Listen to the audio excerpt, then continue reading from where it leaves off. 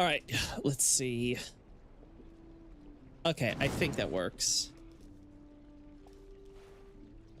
Nice. Not often you get two of them at the same time. God, this area, I love this area, and it pisses me off so much. One, because you have this random tree dying all the way over here outside of the poison swamp, which, okay, I get it. It has roots. The roots are probably been touching the poison swamp underneath, yada, yada, right? It's just one of those things where it's like, it kind of annoys me because it's the only time they do something like this. And this, I just hate this. This feels like so lazy design to me. And again, they could justify it because Gelmir, right? Like,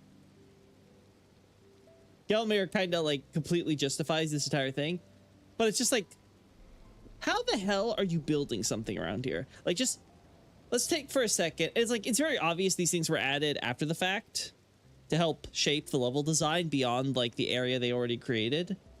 Cause like, what the fuck is this? Like, how is it when you enter the city gates, you're getting anywhere? You have a building here that's being squeezed by these rocks here. You have the building here, and then you have all the rocks here. So this is an entrance that no one could possibly enter. It is dumb. Also, I'll never get over how they have the gate stuff here, but they couldn't do the gate here. They had to like put a wall. Like, why? Why? Yeah, so like there's so much like silliness just inherent there. Like, giant dead trees, sure, why not? Who cares, right?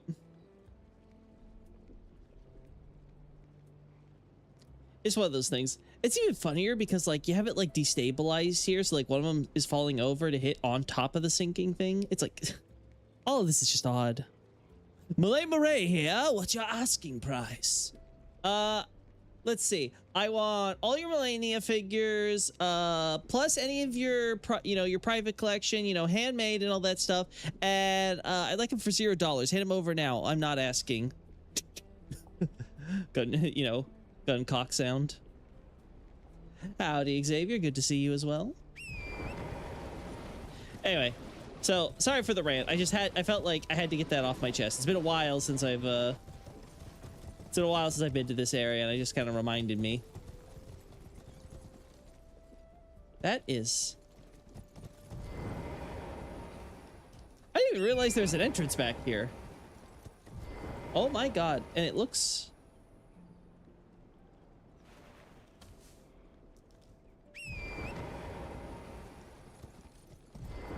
Huh. The more you know. I find it so funny. They're like, yeah, here we need to make sure you can't get on your horse in here, but the rest of the place you'll figure out when you jump up. You guys ever think that Malenia had to woo Malay into not telling Morgott about the whole hailing tree thing until it was too late? Or do you think dude was kind of like, listen, that's probably has to do with my waifu. I ain't snitching. What's a gun? I respect the commitment to character, Nick. Hi there, Malenia fan in the room. Good to hear, I am. Yes, I talked the other day about like, Malenia being a relatively simple one. I think the longest part, if I would include it, would probably, and I think I probably should, would be the stuff with Millicent and her quest. Right. I do think it would be interesting. This isn't going to work, but I do think it would be interesting for me to just talk about like Malenia's early stuff, because I believe, oh yeah, of course it doesn't show it. What if I move like in here? I do think it would be interesting. Oh yeah, I gotta do this. To go into like Malenia's early life and stuff, because I'm of the hypothesis, the persuasion, you might say, to believe that Malenia basically kind of acted like a Malenia, and I guess I should also include her like knights and people, right? Like not just her, but I probably started with her. I get the feeling Malenia was working as law enforcement, which is how like you have the Malay correction. Like she's dropping off all the criminals who the Murray family are executing, right? and you know, probably even saw a few incidents where they're like acting up, or maybe they break free or something, and she has to like show off her skills or whatever to take them out. Right, just a little police brutality. And that's probably where his obsession and stuff comes from, right? I think that's also why they position Elimer like this, to kind of be a subtle nod to the idea that like she's the one who captured him and had him taken here. I think the one thing that's kind of a shame, because like it's cool they have the like the libraries and stuff. I think it's kind of a shame we don't have a dungeon. Now I get it. The idea would probably be that any dungeon would probably have been sinking under here and stuff like that, which is probably part of the reason why Elimer was able to break free and shit like that, because, you know, the whole thing is destabilizing, collapsing. So it would have been kind of cool, though, if we kind of could have had more characterization to this area by just kind of seeing, like, what its prisons were like the people who were, like, the type of people that were there and were getting executed and stuff like that, you know? I would never blackmail my Oshi. I would never. Malenia's into stuff. I hate her. Why? What? What's wrong with a woman being into stuff?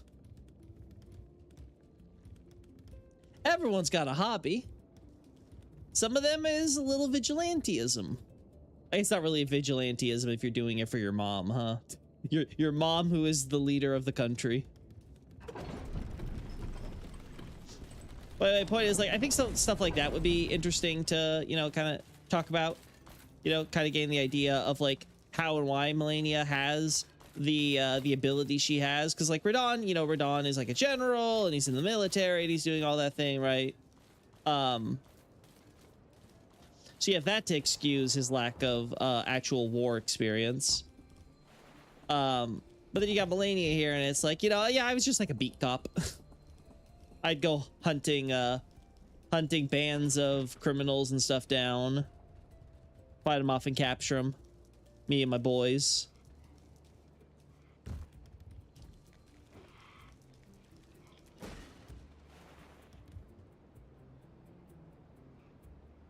Yeah, nothing else really.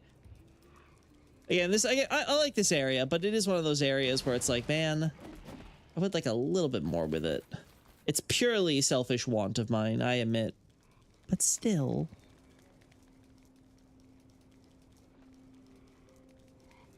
Wait a second. Wow, I just realized, yeah, you don't see these statues in other parts of the castle before you start getting to the inner ward section. So yeah, that's actually neat, because they store the what's the word? The prosthetic arm there, right? Which was probably part of Murray's reference there. So it's like, oh yeah, he was actually workshopping in that little corner. Come on, Billy, you can do it. You can do it. Just come on, I'll catch you, bro. Don't worry, I got you. I got you. You got this. It's gonna be fine, bro. You're gonna make it. God, I love that. That's one of my favorite little NPC interactions in the entire game.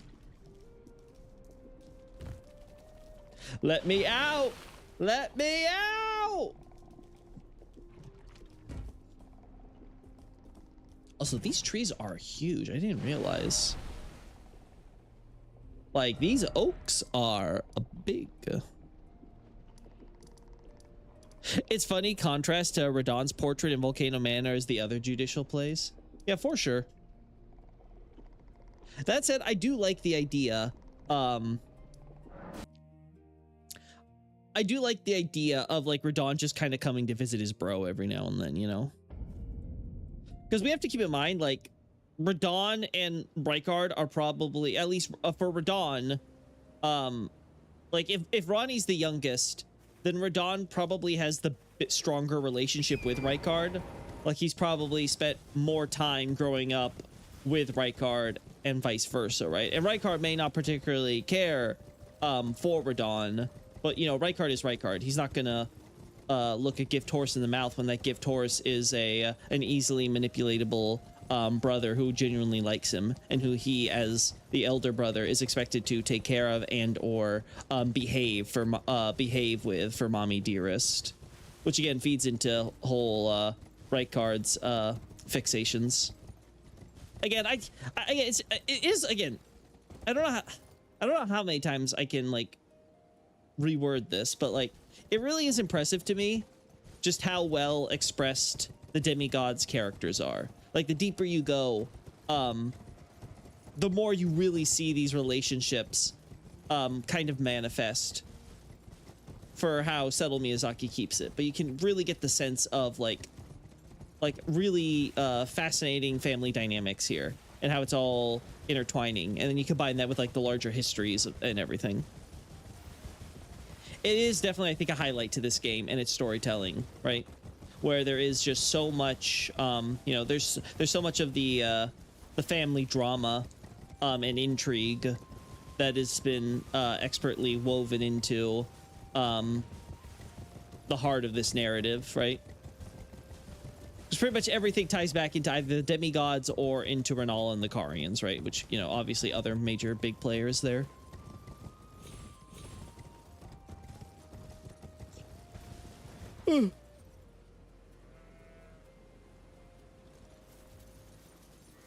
Ronnie was set up with Blythe and Eiji. Actually, it makes me wonder if she was raised separately. I actually, okay, so from what I can tell, it looks to me like Ronnie was probably Renala's favorite.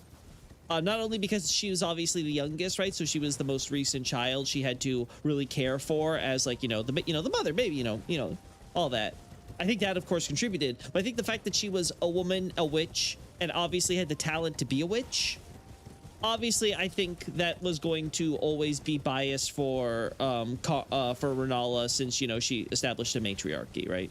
And she obviously is a woman with sisters, and all she's had were boys up until that point. So I think we cannot discount how all that kind of plays into it. Then there's the fact she's the Empyrean, right? And she has, of course, something like Blythe basically growing up with her as like kind of like her stepbro type thing. And then Renala, of course, is accepting that with her. And then, of course, from a young age, she's dragging her over to the forest to meet her moon. I think all of that, like, together kind of paints it that, yeah, she probably did live.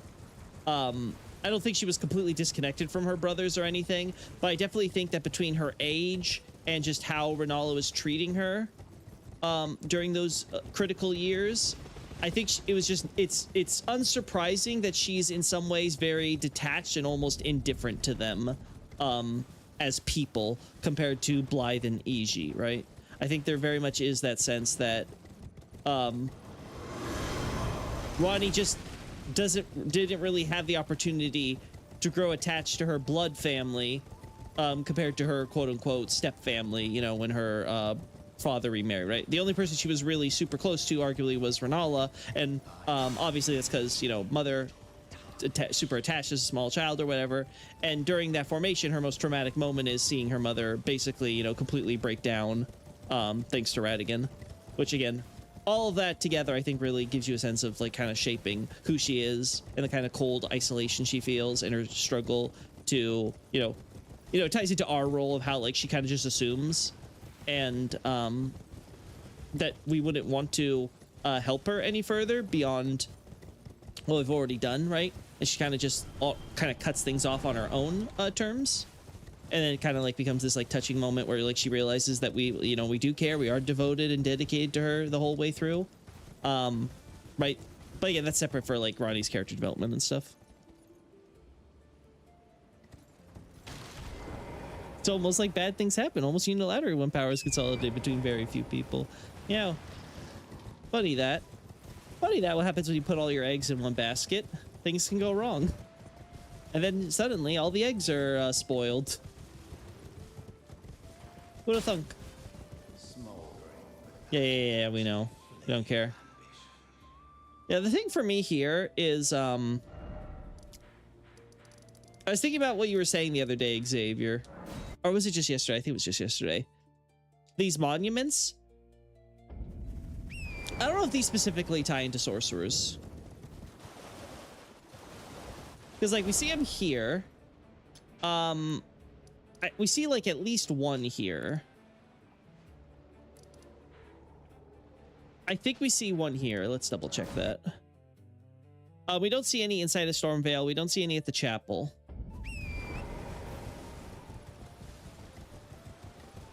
Not at Weeping Peninsula.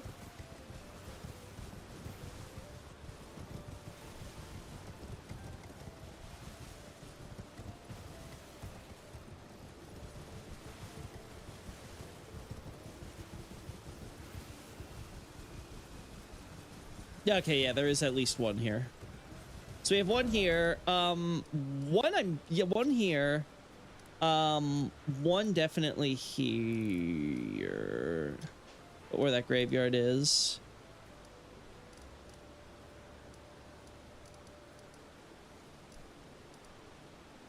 Pretty sure none here at Gate Town, but let's double check. Maybe just the culture. Yeah, I'm trying to think, because the problem for me is, like, I'm thinking of all these locations. I'm like, okay, some of these, okay, sure, plausible within the... Oh yeah, Celia. Celia I know has one at least, probably more, because that's a big area with lots of graves. None here. I don't remember if it's the same model inside Ray Lucaria. I can't remember now if they use the same model. Yeah, so down here we have the flat top graves. Normal graves, normal graves. No, they give a different, they do like this door thing and stuff on top of it, and they make it blue. So they do stuff in addition here. And there's none at Caria. There's one north of Church of the Vows, I remember, because like there's the main graveyard, then there's the little side cove with the graves. Yeah, all normal here.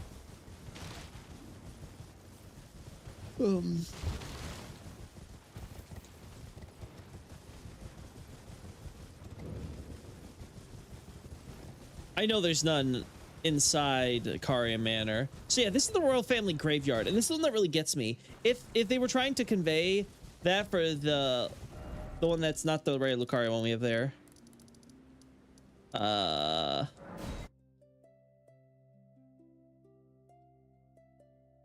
There we go.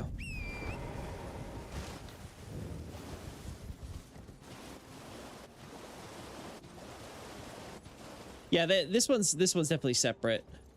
It does have the blue. It does have the blue housing. Yeah, this is like a thinner monument. Yeah, so the other one we have was very more specific and unique compared to this. This one's a little blander. But the only thing that's really kind of consistent is that they still have like the spires and, you know, generally more gothic style to it for sure. Yes, that's the thing that gets me. I feel like if they were trying to convey that, like, hey, these are graves that would bury sorcerers, you would see them more consistently in areas that are most associated with sorcerers. And yet, Ray Lucaria doesn't have it. They have, in fact, a different model. Similar idea, but clearly, at the very least, edited to be unique from what we see elsewhere. Right? And we don't see it at Caria Manor. So that's where it gets me. Now, the queen piece thing you talk about is this, right? Now, this I know for sure is just generic because we see it in way too many places being used that way. Like, this type of thing with, like, the little urn shape and stuff.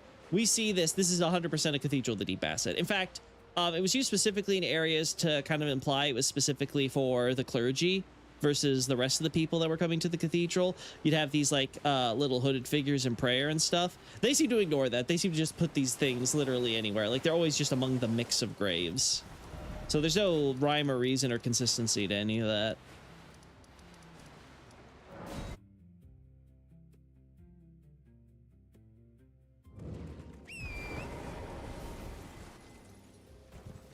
Ba-ba. Yeah, see, yeah, like the same thing with the Cathedral of the Deep thing. They had the longer ones here with like a tomb. Same image there. In fact, image looks a little bit better quality kind of here. Oh my god. Little praying hooded saint figure. Yeah. So unlike these flower top graves, which are also taken for Cathedral of the Deep, but we see definitely follow a more consistent pattern under analysis, under scrutiny, I should say. These do not.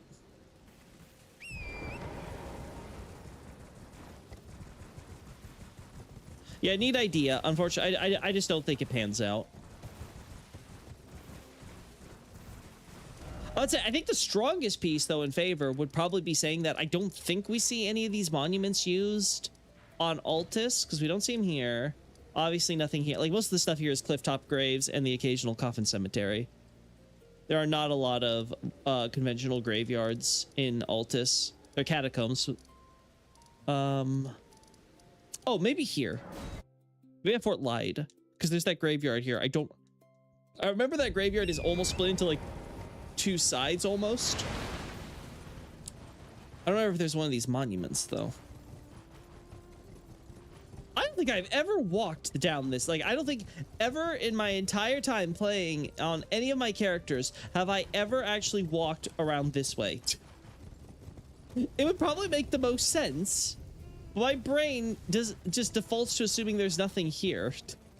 So I just plow ahead. That's so funny. Anyway. You know, they just include among the mix of graves here.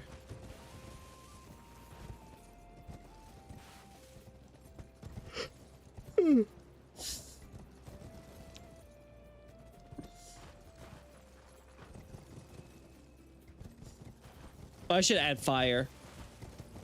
I should add fire to the list of things that could kill this tree. I know that sounds like self-evident, but it is just one of those funny things where they use this tree model for like literally like the slightest inconvenience. It will always kill this species of tree first. It's the unluckiest tree species in the universe. Wherever it is planted, the slightest thing will kill it. Natural selection does not want it to live.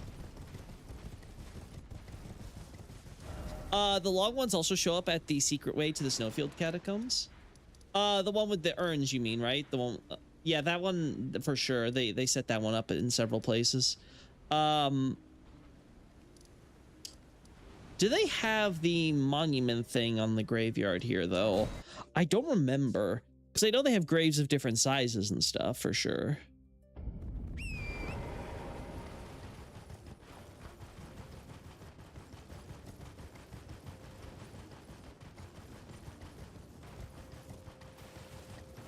It doesn't look like...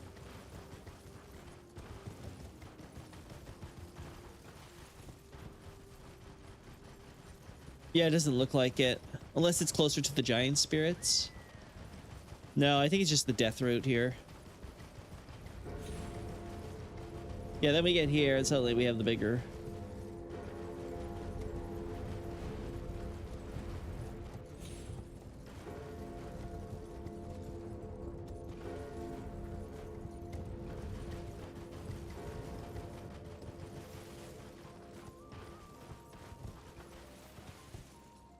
Huh.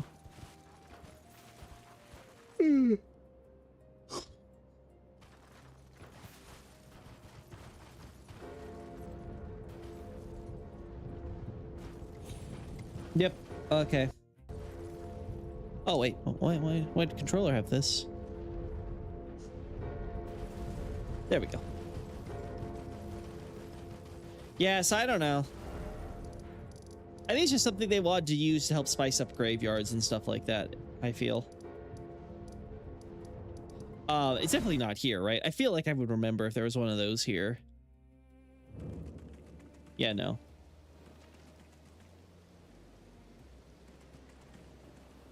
Yeah, no. We have a flat top, but that's about it.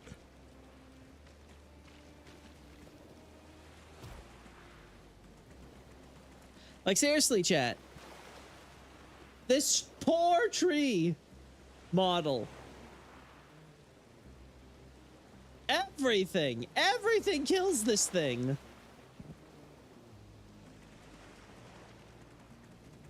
And it's always the first thing to die. Like, it's like, ah, yes, the other trees, they're hanging in there. They're gonna hold out a little longer before they kick the bucket. This thing, it's like, no, instantly folds.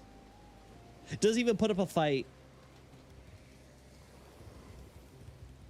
Nature's weakest arbor.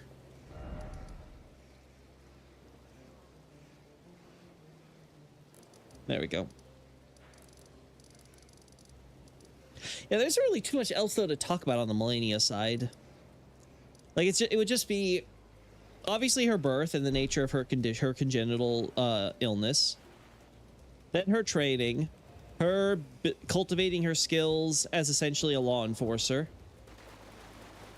Then, I guess, I guess maybe some of the stuff with Morgoth or whatever, but like there's not much to say, right? She's just like Miquella's henchwoman.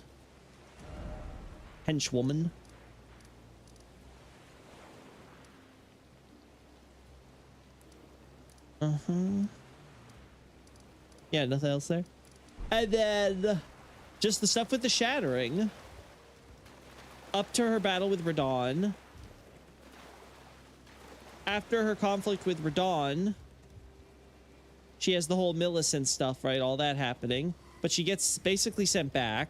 We would talk about the rock cult and stuff, so that would like maybe be a nice aside where, you know, she's taken back. Waiting for Big Bro. In the meantime, we have the rock cult happening and all that stuff. And then we'd probably finish off with Millicent's quest line. Right? Like, all in all, that feels like maybe a 10 to 15 pager. Like, it doesn't feel like it'd be the longest demigod. Maybe I'm wrong. Maybe I'm really underestimating just how much detail I'd be going into talking about this character here. But I feel like when you compare it to Miquella and all the shit I'm going to have to somehow squeeze into a thesis on Miquella, I feel like Malenia is pretty simple. Oh, we should also talk about, of course, the Scarlet Rot spreading and stuff in the Halig tree. That's probably another thing to focus on. Humans are in great bottomness. No, they are not.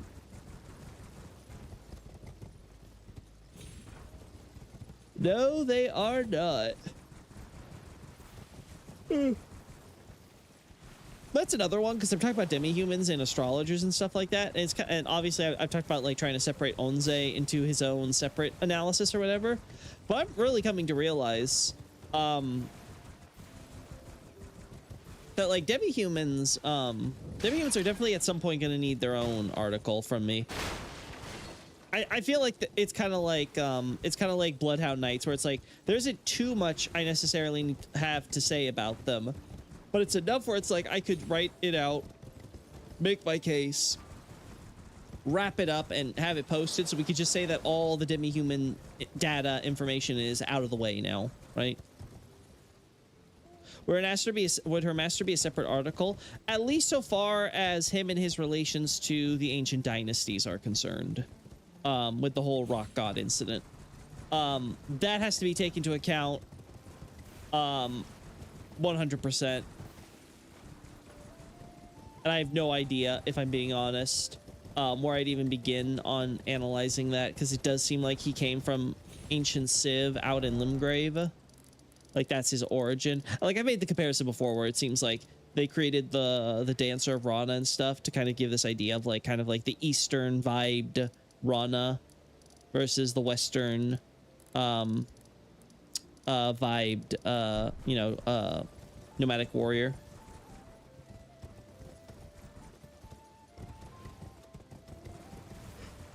Yeah, we only have those graveyards there.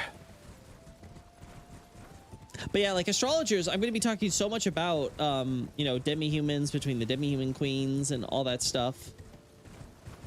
It just kind of makes me realize where it's like, yeah, at some point I do need to kind of write out all the stuff on demi-humans. And to be fair, it's going to be enough that even if I excluded the box stuff, I feel like it would at least be like, what, 4 or 5 pages? I mean, that's a pretty decent amount, I feel like, all things considered. I don't know how much Bach would extend things, because I'd probably be referencing him and his stuff a lot just in terms of helping establish some things about the culture.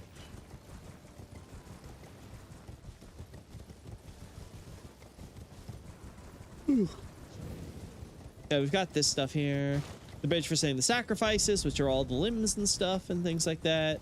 Like I'm so happy with how much we've been able to really kind of fill out the demigods that we have, like with Rykard and Godric and Radahn and all that stuff. Like, I'm really happy, like, so much of that stuff is able to get squeezed in. So much so that, like, I'm looking forward to taking out some of the Moog stuff out of Godric to have it be in the Moog thesis, so that thing is substantiated a bit more. Like, I am incredibly enthused about that. I'm also happy that I'm developing my stuff on Radigan more. Like, I recently did a post on Godfrey as the first demigod, and it's definitely something where it feels like, yeah, slowly but surely I will at least be giving you guys the development of my thinking on some of those topics and questions as we're working through other stuff. Just makes me overall have a little kick in my step, you know? There's so much in this game, but we are making so much good progress on covering a lot of it. Like I was saying yesterday with the gold and whatever other color flowers those are, I'll probably have to ask Zuli and stuff like that, because I will say, I have made the call out. No one has answered my call. I still really would love a Elden Ring map coded that has like an asset. I guess we'll call it an asset mapper. So it's like, oh, the yellow, these yellow flower models, where do they appear across the entire map, and map their coordinates to here in the game and stuff like that.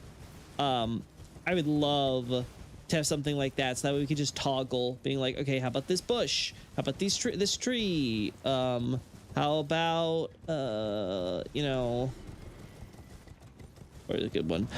Oh yeah, like so maybe some of these logs or something, like anything that that could potentially have interesting lore significance when we look at the patterns, especially stuff like flowers, right? See if there's any consistencies, kind of like how we see like, oh, blue flowers have a really strong tendency to show up either A, in sorcery areas, especially when they're glowing blue flowers, or B, in waterlogged areas. Like for some reason they really like growing on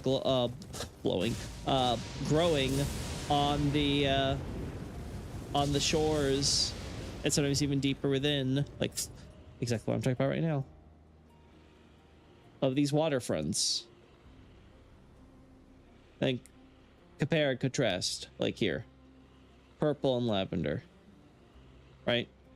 And just kind of seeing the spread of those flowers, seeing if there's anything we can glean about them.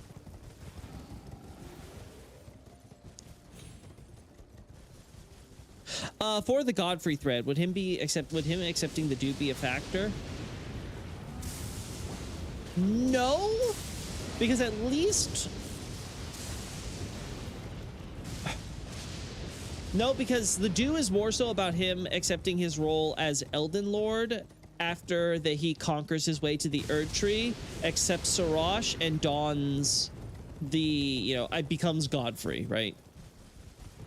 I think the best way to put it is like when I'm talking about Godfrey becoming a demigod, it's more so Horalu is becoming the demigod in preparation for the conquest, which will turn him into Godfrey, and he will then finally properly become Elden Lord under those circumstances, right?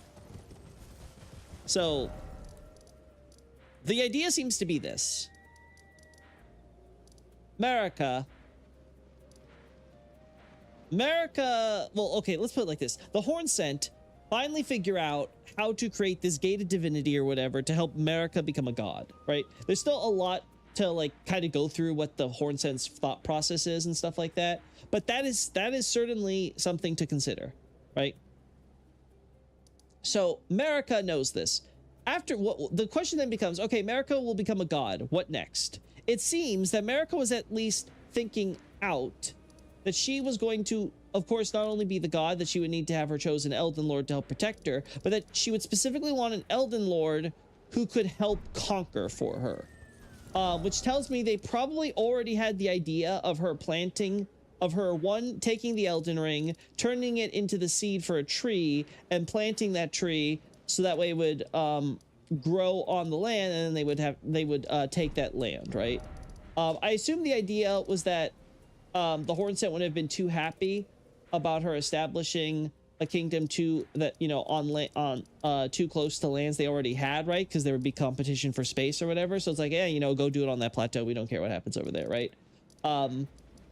It's also clear that they were not willing to be her army, right? Because obviously, even though they, you know, it's a win-win for them where, you know, Horn Scent are getting important data and stuff on their research into becoming gods themselves, and Marika, of course, is obviously getting the godhood that she so seeks, you know, her fate being fulfilled, as it were. It's very clear that beyond that, they're more like friendly colleagues. It's not like they're it's not like, they're like part of her religion and they're gonna ride or die for Marika, right? They have their own thing with gold that they're doing separate from what Marika wants to do with the Elden Ring, which she of course owns. So it seems that somewhere before she's using the Gate of Divinity, she comes in contact, either thanks to the horn scent or otherwise, with Horalu. Now, there's several questions I would have about Horalu. How old is he at this point? Because it's possible that Godfrey, as we know him, is already gray-haired old man. Because as far as we can tell, he doesn't seem to age as Godfrey. Like, we don't have any pictures or portraits of him as a younger man, which by itself is not, again, the craziest thing, but like, consistently we see he's already like gray-haired old man when he leaves on the Long March, or at least that's the idea they seem to be conveying. And then he's basically still that, like the exact same, after all the events leading to the Tarnished awakening and stuff like that. So like, outside of the plot convenes that Horalu happens to finally, get killed in the barbaric lands right when Marika is starting to call all of them back after death and stuff like that. Aside from that seeming convenient timing of all that, his story seems to more or less kind of follow on a flow where like he just stays old man Godfrey the entire time, and that at least tells me that his aging is incredibly slowed, if not stopped entirely. Which is presumably similar to what we see with a lot of the demigods, who are also similarly implied to be incredibly long living, separate to whatever individual curse or something they have there. And that's only those with like weak blood, like Godric, and of course other situations like with Godofah, that we see them actually like growing old and becoming old aged. With that in mind, then it sort of creates this idea to me that, okay, is Horalu already like old man? Has he already united the clans, as it were, like united the Ariza from whatever like disparate tribes or clans or however it was working out for the Highlanders, into like this singular, unit that he could quote unquote rule over? And then Marika takes notice of this and is like, hey, you seem like you're good at conquering people and, taking command, and that you are really ambitious and you want to be a ruler among, like a god king among men, right? Between the whole, divine invocation parallels with, red bear hunting and the whole, red bear arts, and the entire thing with, of course, Godfrey thinking of a crown being something you take with force and strength and all that stuff. So you take that together and it's like, okay, so circumstances would kind of dictate that Godfrey was already someone who, at the very least, had a record which would make him attractive to Marika, to be this person who she could trust to not only, of course, be her chief defender and chief defender of her Golden Order, but also someone who comes with an army which she can then take advantage of for the purposes, right? So what I'm trying to say is that I get the feeling that all that stuff would have to be set up, or at the very least be something Marika could reasonably expect before she's becoming a god, and having Godfrey there as, or Horalu, I should say, as her anchor, so that way when she can return from the she can find her way back from the heavens to Earth and touch down as God, and then do all her actions from there. This also, of course, gets into like sort of what are the two fingers knowing and telling her and all that stuff, like how much did she develop the Erd tree aspect of this at this point, or something like that, right? Despite their prejudice, the Horns have probably recognized the innate divinity and soul malleability of the Shaman, Newman, Miko, or whatever. Oh, well, like I've said before, my understanding is that very likely, my understanding is basically that the Horn set were probably already had an idea about the Shamans for sure. In the broad stroke, their research of Rao gave them idea of Newman and the Shamans specifically, or well, again, just to clarify that, I guess we should just say Newman for now. Probably gave their idea with the Newman from Rao and what to expect. And so their first thought was, okay, we'll take the bodies that are taken and buried over here at the Karo's hidden grave, right? And that's how we get, oh, I actually don't have it here, do I? No, yeah, because it's all the way over here. I don't have it. And that's probably how we get the jail over there, right? So they're starting to experiment to create jar saints, but they're using very limited and arguably not necessarily the best quality supplies because, you know, they're supposed to be made out of already rotting corpses, right? So God knows how well preserved their specimens were there. So they needed more, and I think that's where America comes in, and being like, oh yeah, my entire village is actually from these shamans, right? The idea is obviously clearly that these are like very reclusive women and stuff, and you add in the potential cannibalism. At the very least, definitely male killing. At the very least, they're definitely like, you know, they're the typical witches on the mountain type idea. I guess more like witch of it on the hill type idea here. But the point is, they're very clearly going with this idea that, you know, they are these reclusive sort like you have at least some Hornsen who are coming in here and investigating the finger ruins and stuff like that. But they're not necessarily, and they may have some contact, of course, with the village, but clearly not enough to necessarily know what they are fully. And anyone who would figure it out would also probably already be killed. So America is probably, you know, very much responsible for leaking that for the purposes of securing their cooperation, being like, hey, here's my people. You can use them to help figure out this whole divinity business, right? And thus begins the you know, the seductive partnership, which plagues America from that forward with survivor's guilt for the rest of her life and causes so many other problems going forward into her reign as a god queen. At the same time, of course, kind of sets up the Hornsen to kind of put America, kind of install America in her position almost, right? Because here's another thing I'm thinking about. If God, let's assume I'm right here with that supposition, that Horlu is already, at the very least, he's an older man. He's already gone through all the conquests of strength and all that stuff. Like, he's proven himself against bears, and then he's proven himself against his fellow barbarian man. And now he has completely united these tribes into what he, you know, what they will call themselves the Ariza or whatever, right? Like, all that stuff is true, right? I wonder if the Hornsent, in lieu of actually fighting alongside them to help establish America's kingdom and left it to America to do that on her own, if they actually were like, you know, but we'll help train these barbarians so they can have the skills that we've learned. And I wonder if they're responsible for turning, at least getting the beginnings of turning Godfrey's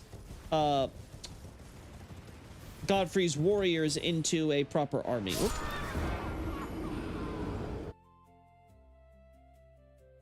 I get the Screaming Lamenter ones. Yeah, the Lamenter's jail. Yeah. That's the one we want to look for. Oh boy.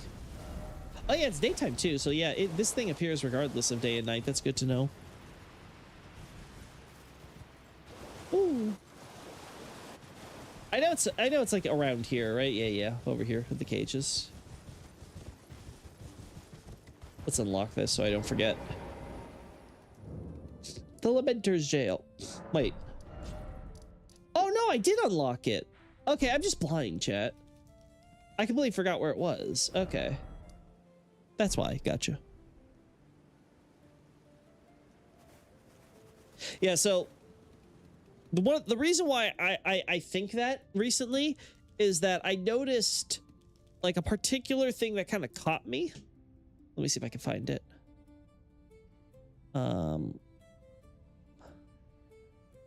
I recently compiled a Hornsent thing. It's not like comprehensive or anything, but Ilden, doing this with one hand. Not the smartest. Okay, here we go, Hornsent.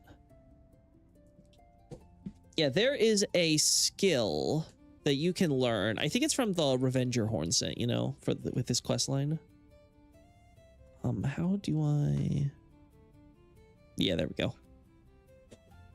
Yeah, so the swift slash skill. This one stands out to me. Not because of the whole, you know, there's the idea like, you know, you kind of like lunge forward, you're so fast, like faster than blink of eye, right? Like, you know, that's all well and good.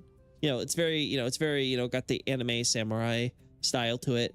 But what gets me is the fact that they point out that they have this, like, you know, they generate a vacuum. Because if you recall, vacuums are generally associated with what we see with the gargoyles, right? And the thing about the gargoyles, of course, is that they are made seemingly with the Ariza, right? With the whole, which is the whole side point of why there's an Ariza side to them, right? With the leftovers from those experiments that Marika and Radigan did, right? So like the gargoyles are made from like the warriors with their bronze armor and weapons and stuff of like Godfrey's peeps from that war, right? Mm-hmm. There we go. And they're like, one of their main things is, of course, using skills that involve creating vacuums and stuff like that. Like, that's one of the, like, there's a lot of things about the gargoyles that are very much consistent with what we see. I think they have a little, if I recall correctly, don't they have something kind of like Godfrey Stomp stuff? And they even have, of course, that little aura thing that both they and like Horalu gets and stuff like that. I think a few other, I can't remember if any Mesmer enemies get that little, like, you know, like, I'm powered up, like little like air aura, right? Like they're almost like steaming hot, right? Like they're kind of almost like they're, like they just give off heat or something. I didn't realize how limited this area is without the door unlocked. Good to know. Good to know. I usually associate vacuums with housekeepers. Certainly, but in Elden Ring specifically, where there are no housekeepers. That's what I'm trying to get at. Is that my feeling is... I still can't believe how often I've missed... Like, I'm sure I'm not the only one, but it's just kind of crazy to me how much... Like, the door just, I guess, distracts you from noticing, right? Right? Because if I go slowly and I pay attention, I'm like, yeah, it's there, like, clearly. It just kind of, like, completely gets, like, blanked out from your mind when you're so focused on just this here. And all it would take is me to turn my camera left, but instead I always turn it right and just go forward, like being like, okay, yeah, and don't notice. Vacuum visually looks more like waterfowl. Funny enough, the moon slash the solitary dove looks more like the gargoyle vacuum. Yeah, so that's something I wanted to verify, because I'm like, I look at that and I'm just kind of like, huh, that's a bit interesting to me, because if they're trying to point out, focus on the vacuum, right? It makes me wonder if there's this idea that that very art of, you know, I hate to call them like vacuum arts or whatever, but that idea of like generating a vacuum with your skills, if that was something then we're supposed to infer was what the horn set either directly or indirectly would have taught to the Ariza. Which again goes to this idea that they would receive some training. Now, obviously, the barbarians are barbarians. They have their own way of fighting or whatever. But it makes me wonder if, like, some of the idea being like, oh, yeah, these are guys who are going to evolve to fight with, you know, like long axes, or I should say halberds or swords and stuff like that, right? If these are people who are going to move on from, like, simple axes, like what we see, of course, Godfrey, of course, has his, you know, double-headed axe. And then we see, like, you know, other axes and stuff that are used by Highlanders and stuff. But it's like we're going to move on from just that and start working with... It's funny. You can almost see it.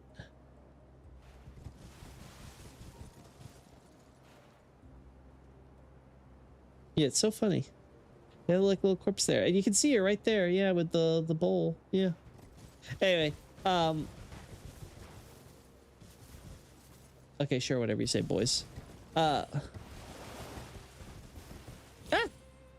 It's kind of interesting to me, this idea that maybe like some of what we might associate with Godfrey's soldiers and stuff might be related to the horn set, which makes me wonder if there are other parallels I could potentially draw to reinforce this idea.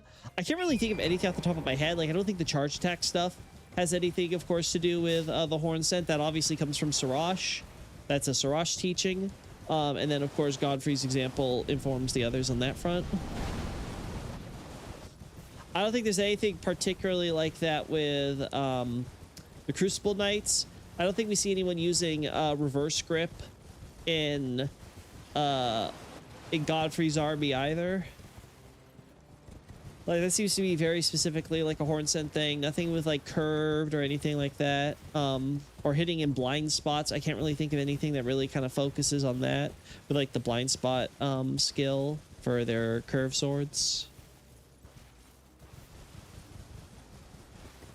So yeah, that is something that's something to consider and maybe dig into. It's so crazy to me, the transition here.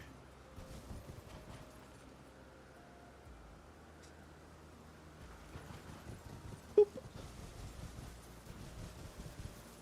Like, just instant. There we go.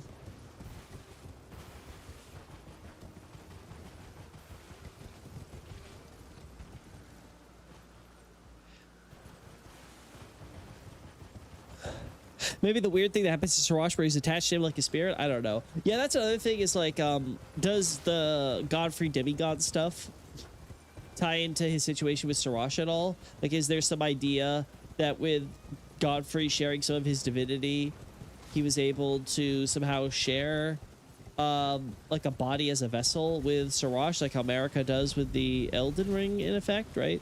I don't know if that's really something.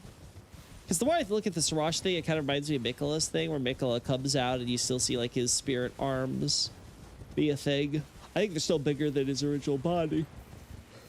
Actually, I was talking to Acer Aesthetics about that in the cutscene. I'm like, I'm pretty sure like they're using a different model when he first walks out there, because his current model doesn't have legs. Like, there's no way there are legs underneath that stretchy ass cloak. Because I didn't realize, but Miquella is huge in that boss fight. Like, he is such a long bodied kid. And then I was like, oh wait, yeah, there's no pattern on the at the hem of his robe compared to his like actual child model they use and stuff like that, when he's like, you know, kneeling around wishing for Big Brother and stuff like that. So all that tells me all that tells me basically that I'm pretty sure like they do a model swap. Like, they have Miquella's other model there for when he walks out first, so that way you don't think anything's up when you just see him walking out. And then they do that weird awkward cut where like he just suddenly appears like really close up with him, and he's like wrapping himself around with Radahn. I think that's probably partially a camera trick or whatever. I think they want to emphasize how different the bodies are between all the different cuts that they're doing. They want you to really think that seamlessly, and I guess it worked.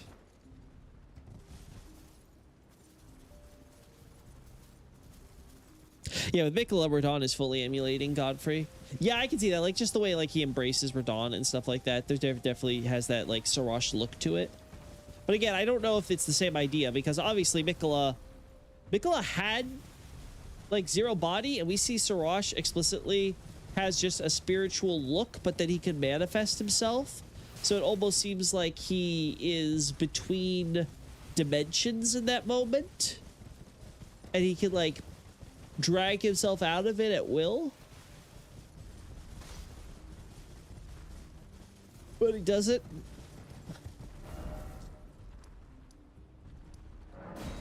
I still think we were robbed, chat.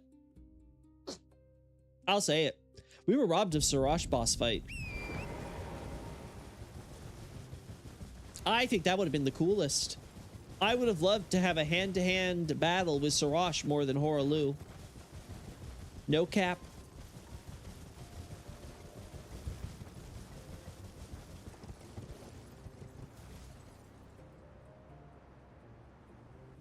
I don't think this waterfall has any significance to the tower, but makes you wonder, you know?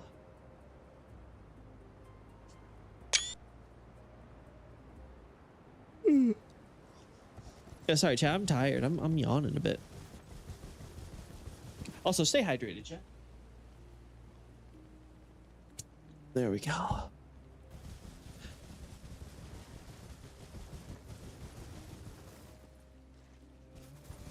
Yeah, nothing there.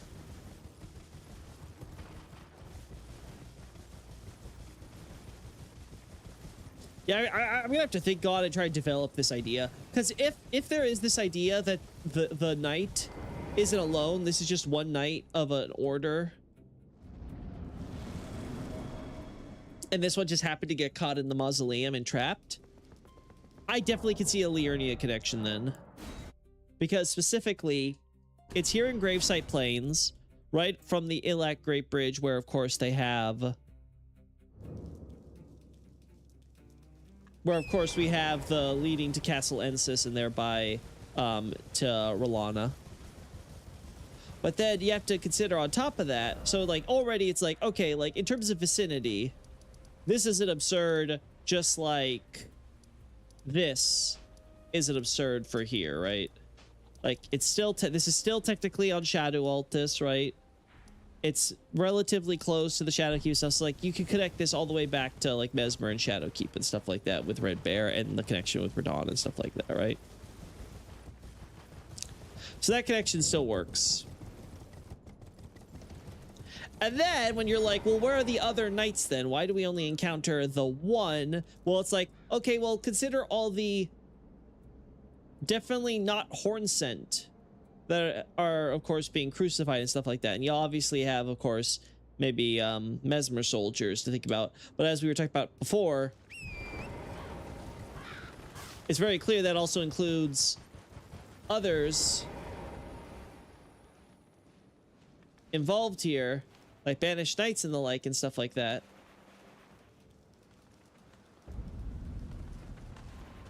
Who themselves may have been contributing to this conflict, right? And so you could definitely see a case to be made, especially if these are supposed to be like the most recent bodies, that these knights were among those rebelling against Rolana, and so we're naturally all killed. So we only have the one guy who became like little wandering nameless spirit man. So then the question would just be answering where they come from. And again, I think I get the feeling that the probably idea is that they're probably some of the surviving BK culture. I think that's probably the idea. That just some of those from the people that Renala defeated, the survivors, the prisoners of war, essentially repurposed as like a little slave battalion.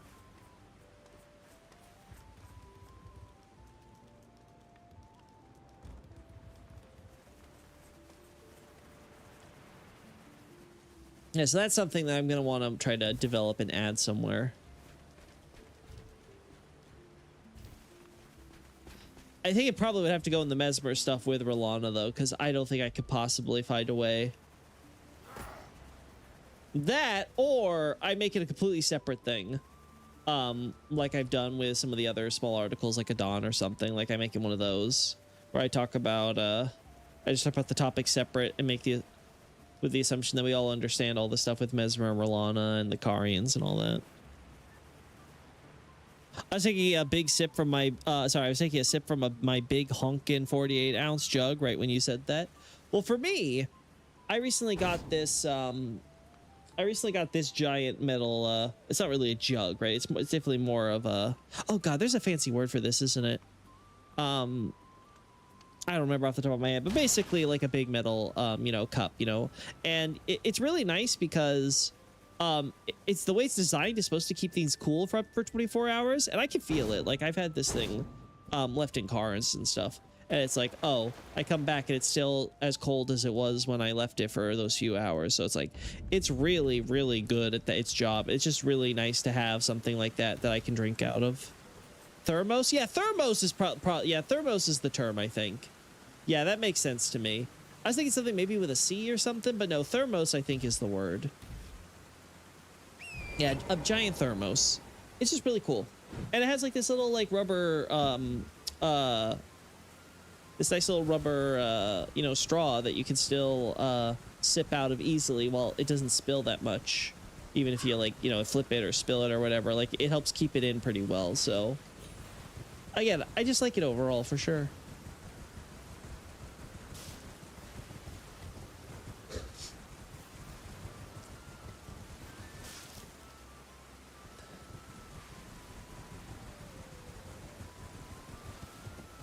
There we go.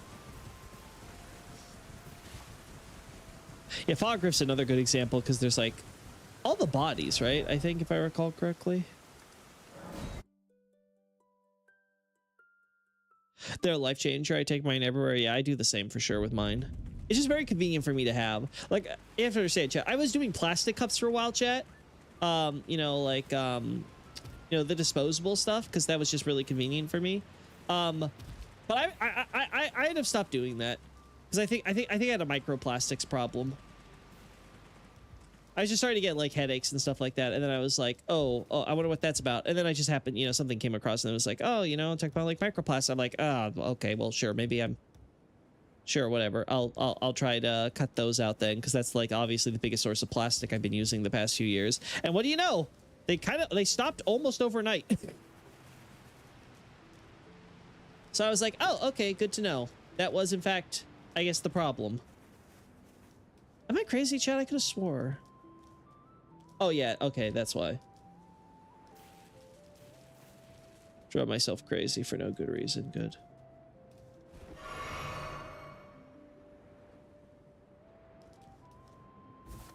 I was about to follow my death for no reason. There we go. Yeah, aren't there like big body? Yeah, there are. There are. Yeah, not on this side. I thought it was like maybe all around. Oh no, yeah, there are. Yeah, I'm not crazy. Yeah, so rebellions everywhere.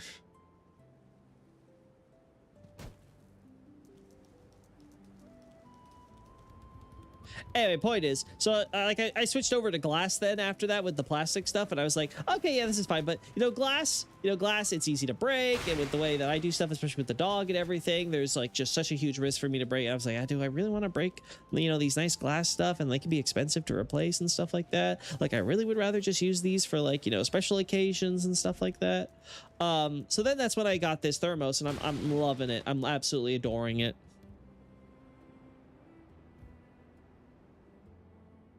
This is the guy with the frog tongue crucible incantation. Yeah, that's this knight here, right? I can't remember. Yeah, I can't remember what his name was. But yeah, we have one of those knights there, and then the other one has the wings, as I recall, right? Like he does the flying around thing. I don't remember. Do Crucible Knights do a frog tongue thing? They obviously have the wings, but I can't remember if any of them do like generating a frog mouth. I know they definitely do the fire pouch thing.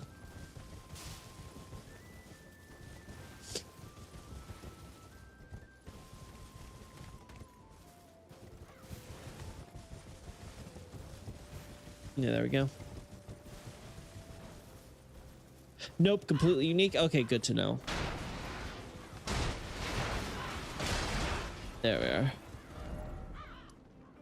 The player can't even get it. Oh, really? Because I feel like something like that. Yeah, I feel like something like that would have been an art in this game. Maybe they considered it, but they didn't have time, and so they cut it. Glutamine and fiber are the two biggest recommendations to minimize the effects to inevitable microplastic ingestion. I will just say this for my situation. Like I said, I've historically not taken microplastics, that seriously for that, whatever. But I will say, like I said, in my case, just cutting down on the disposable plastic cups, that did it for me. So clearly I was over the limit of my plastic usage or whatever. But yeah, like that was really all it took. Like I've also like I've cut it on cutting boards and stuff because I love to cook and all that stuff so often. So I've kind of cut out plastic cutting boards and stuck to wood and things like that. But like it's not like I was using like that much plastic in my life or anything like that. It was just drinking out of it, which clearly was just too much. And it's, you know, it's easier to replace like stuff like containers and things for Tupperware. There's glass Tupperware and things, which is, you know, easy enough for me to work with. I've also got those like silicone bags. I've been trying that out for stuff like my sauce that I make and all that, which has worked okay. I feel like my only problem with the bags, I feel like they don't open enough, so they're a little inconvenient to get the sauce out of and stuff like that, right? Like I can get it if it's like something like, I don't know, like the small onions or a small, you know, miniature, you know, mini tomatoes or something like that, right? But I feel like for sauce and stuff like that, I'm not sure if the silicone is the best method, but hey, it works, so can't say that. Loki, you got 2 dogs? No. My last doggo, Rusty, died. Heart just went boom. And then I have Sunny currently. So Sunny has been the Rusty, you know, no one will ever replace Rusty, but she is effectively the Rusty replacement. God, I wish she wasn't as stubborn as a mule. God, I wish she was a lot less of that. Rusty truly was the most loving, affectionate, good boyo. She's getting better though, I will say, chat. Between training and stuff like that, she's getting a whole lot better. It's definitely getting more and more, you know, it's getting more, you know, less and less intensive taking her out places and stuff like that. I wanted to just get to the point though where I can like have her off the leash and I can like go to the beach or something with her, you know. That would be my dream. But I feel like we're a long way off from that one.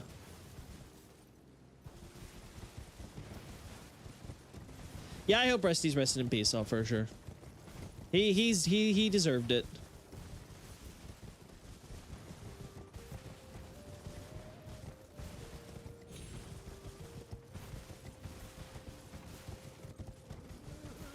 Yeah, nothing else really to talk about on this corner, right? It's just Bellarat. Yeah, it's like just Bellarat.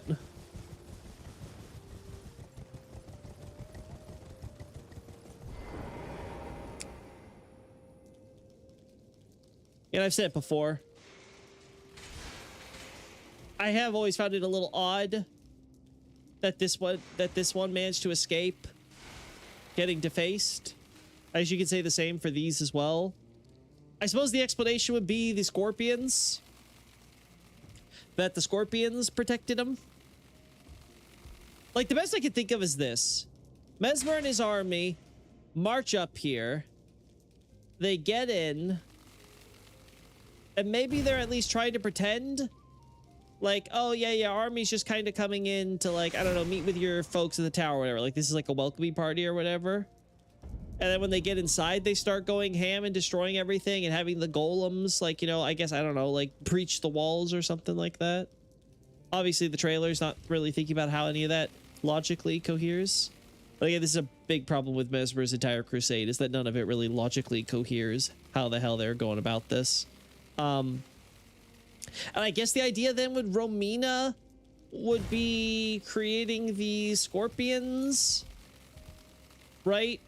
With all the burning and stuff. And then the scorpions are, like, I guess, infesting this area and therefore protecting it when the Mesmer's forces decide to go and leave. There's another problem with the crusade. It's just like, so they go crazy, they do this stuff, and then they leave while leaving some survivors, like the divine warriors, because, like, I get they're powerful and stuff like that, but you're telling me you have an entire army, plus you're, like, Mesmer is literally there fighting in this specific battle. And he's not taking care of them?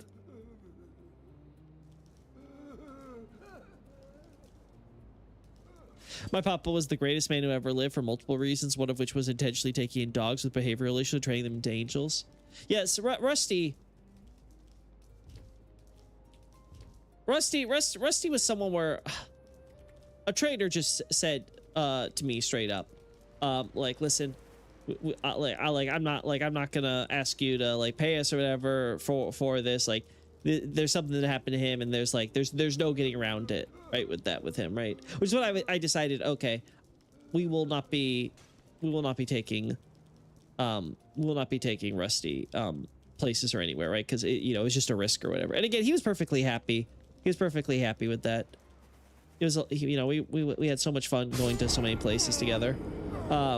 Right, but it was just one of those things where it's like I cannot have him in a situation where like he could potentially cause any harm to other dogs. People he will always be fine with, but like dogs and stuff, I could never take him to a doggy park or whatever, right? Like I can with Sunny. In fact, Sunny is really changed. Like I remember when she was so scared of all the other dogs or whatever, and so concerned about her butt and stuff like that. And now she doesn't care. She goes out there, she has fun, she has a blast. She gets so aggressive with them. Like she just like loves to like get her paws over there, especially with small dogs. Like I'm like, oh my god, dog, you're gonna like trample the poor thing. She loves to like get her paws and be like, bah, nah, nah, like just kind of like almost try to bat at them, right? But yeah, like sometimes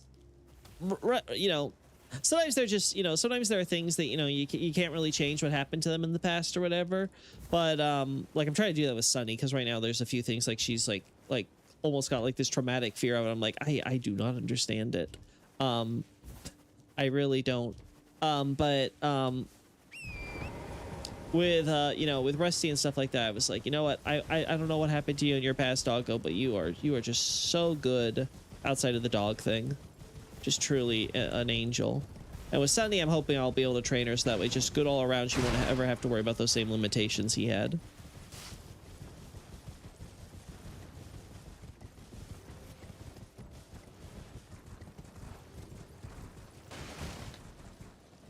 Yeah, everything here is pretty normal.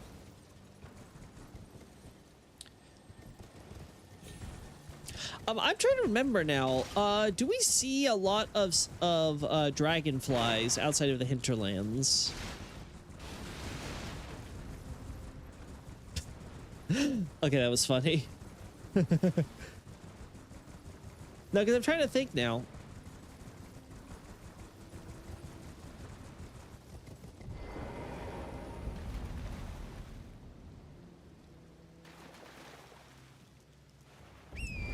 Like maybe like something over here. Ow.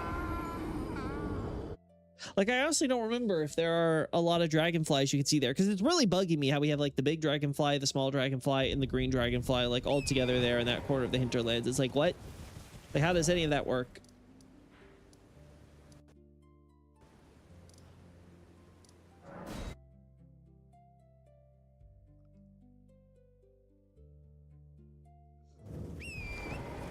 Like normally they appear bodies of water, so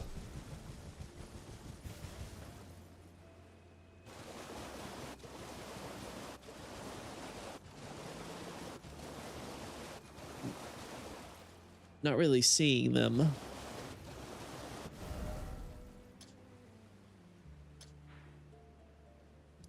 Obviously down there.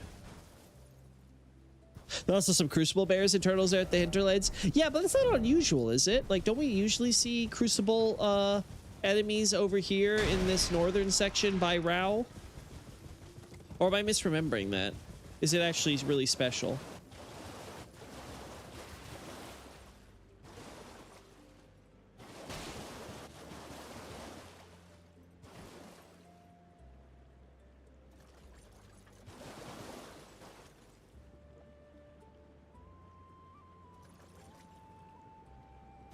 Uh-huh.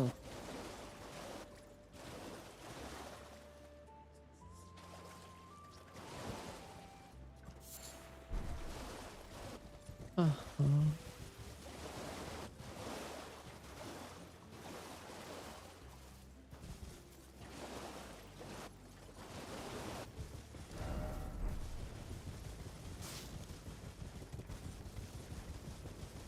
I don't know. I've never paid attention to the ratios. Yeah, that's something I'm going to have to pay attention to with this.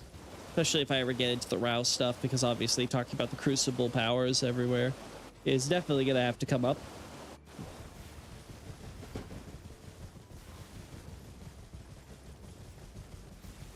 But I feel like I would remember dragonflies more often if we saw them a bit.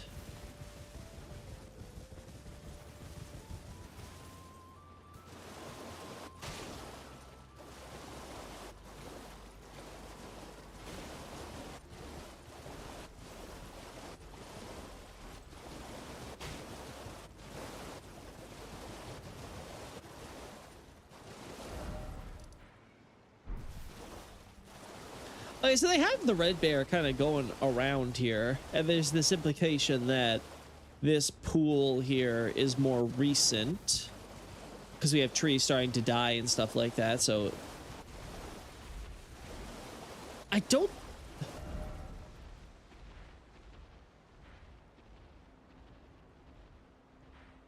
I can't really think of a specific cause though. Like, it's not like they obviously. I don't think anyone's like, you know, casting waterfall magic or some crap, right?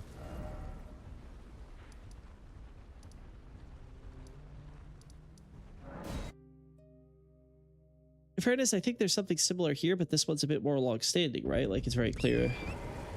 Yeah, like, all the trees here are dead, so, like, yeah.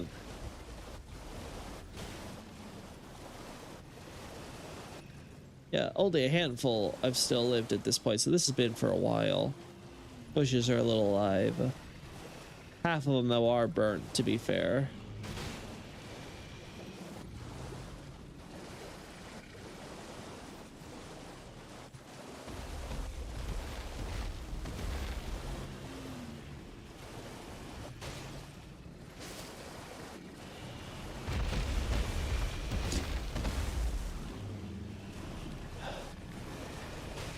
I forget, is Great Katana used by a particular NPC, enemy, or invader at any point?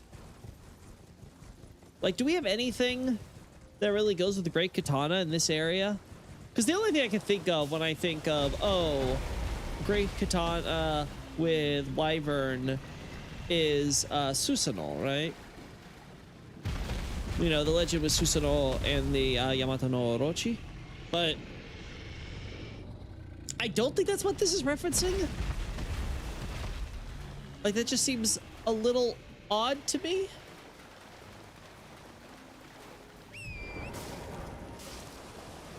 But I also can't think of anything where I'm like, ah, yes, Easterners, the famous Wyvern Slayers.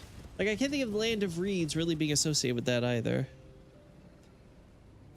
The Ancient Dragon Man has one? Okay, so he has one. Okay. Then that actually would give justification then. Because then we don't have to connect it to Land of Reeds per se. We can connect it to being a foreshadowing.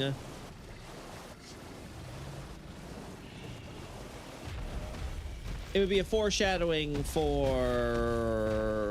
yeah, Dragon's Pit over here. Some guy hunts a wyvern all the way out here. Wyvern ends up coming back from the dead and killing him anyway. Dude moves on. The next wyvern we encounter is here at Fort Reprimand, which isn't far from Jagged Peak, of course. So there's a case to be made that it's a revived wyvern that's going from there. I can't remember. Oh, yeah. And then, of course, the one that drifts. That one is more definitely along the lines of drifting in from elsewhere. Maybe Jagged Peak, maybe who knows where. Well, actually, there is some stuff with Easterners and Dragon Hunters, like with Eleonora and Yura. Okay, so the thing with Eleonora... Okay, well, the thing with Yura is that Yura was partnered with Eleonora, and Eleonora was into Dragon Communion. So, like, yeah, there's a connection there, but, like, it's not, like, a deep cultural thing, right? Like, Yura only knows so much because Eleonora was doing it so much, and, like, he's very invested in her and what's going on with her and her swordplay and all that stuff. And Eleonora only really has Easterner stuff going for her because presumably, like, conversely, she's learning a lot about Eastern arts and fighting styles and stuff from Yura. Right, so it's like the symbiotic relationship that, of course, turns sour and stuff due to circumstances. Her twin blade is an Eastern weapon, is it? I'm pretty sure it's supposed to be a twin blade katana, as I recall, right? I'm pretty sure, as far as I'm aware, there's no historical reference for this weapon, right? Like, I don't think there was ever a twin blade katana like they're portraying it there. But again, I think at least in context of Elden Ring, it's supposed to be an Eastern weapon from the Land of Reeds, right? At the very least, I'm pretty sure it is a katana.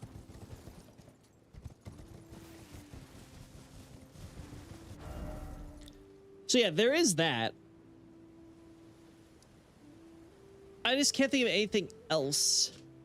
Like, the only thing I can think of is that an Eastern influence on Far Missoula, because it's located in the East, so it theoretically has contact with Easterners that might make landfall in the lands between. Again, we've talked about the influence of Eastern culture here. So, hypothetically, you could say that that's where it would be where the lineage of the Great Katana might come from. It's also funny because Eleonora's Drake armor is also something we, of course, acquire there, though, again, I think that's more so a coincidence. Just kind of funny to think about, you know?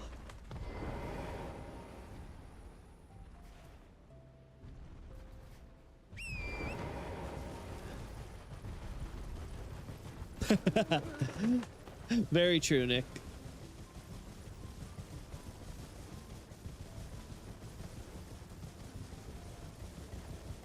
Very true. You know, I think for my folder on the Elec Great Bridge, I think I'm going to include the entire camp after it. It's like I kind of do keep it to just the bridge, but I think that's a mistake. I think I should, just for the sake of my sanity, having not just all the stuff connected to the camp, but the actual camp, because I have it like up to here with the ballista. I think it'd just be smarter if I include all of that here. Because Gravesite Plains, there's so many shots you can get. I think it'd be easier for me. We have more to work with here, you know?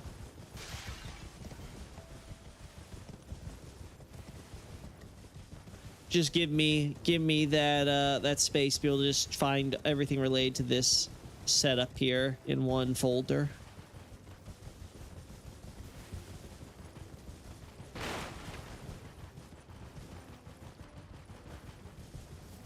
I will say we don't see the monuments in these graveyards with the Hornset and stuff, right? So if they are intended to be generic, at the very least, the devs made a conscious choice that they didn't want to use those specific mausoleum types. Now, granted, I can see why, because they want to portray like the more... They kind of want to portray more simple, standard graveyards and stuff. But we don't really see it in Karo's Hidden Grave. We don't really see it here, of course, with the spirit graves. We don't really see it with the non-spirit graves. But at the same time, if we're supposed to believe that they are specifically tied to sorcerers, you would think the drift would bring them over, and so they would feel confident in including them anyway, right? Like how they have with the Sun Capital graves.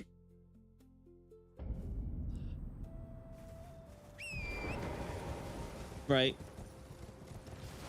So I think either way it's a bit weird. Like, they'll even include the occasional flower top grave connected to Marika and stuff here, so why not include stuff connected to sorcerers? Especially when they're clearly trying to hit that sorcerers have made landfall probably for this exact purpose of studying the grave of their ancestors, considering we have the demi-human queens and all that stuff there.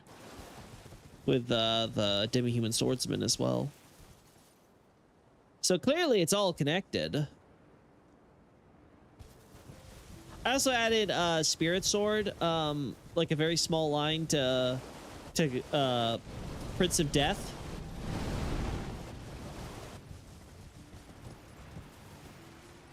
Because I didn't realize that I didn't know that weapon existed.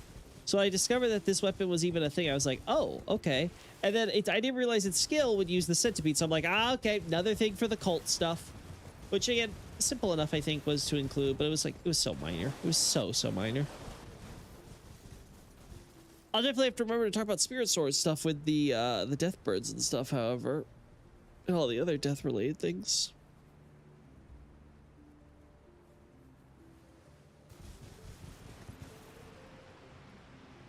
I feel so good about that great katana thing, because I could have swore it was a different weapon that the ancient dragon man used. Like in my brain, I'm like, no, I'm pretty sure it was a weapon that was specific to dragons connected to him, right? So I'm like, it can't just be this basic great katana thing. But no, yes, it is. Okay, my brain was not having a Loki moment. I don't want to say senior, chat, you know. I want to have some dignity.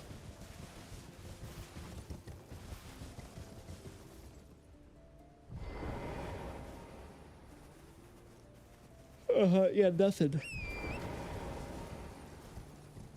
This takes you straight to jail.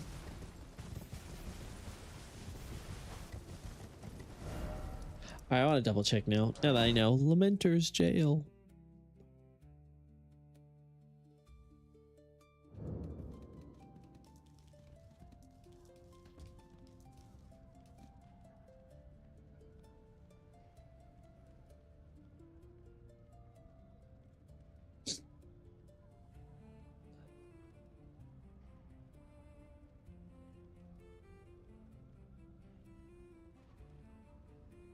Uh-huh.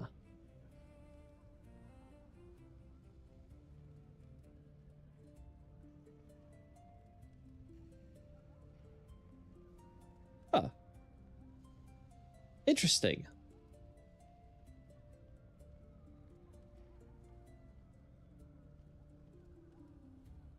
Yeah, because we're like entering here.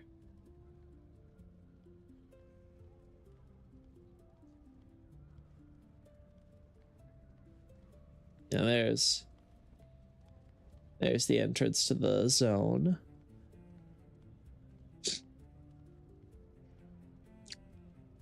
Yeah, definitely not that deep.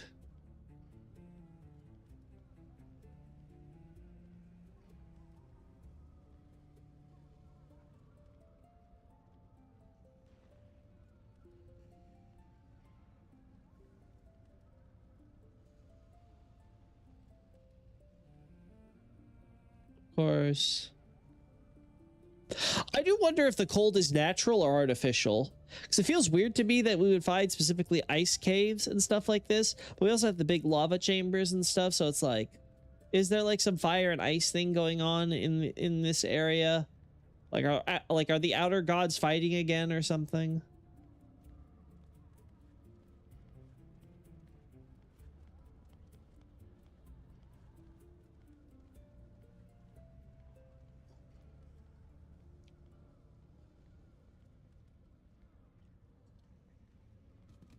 All right, well, it'd probably be smart chat. I don't remember if I took shots of this already, but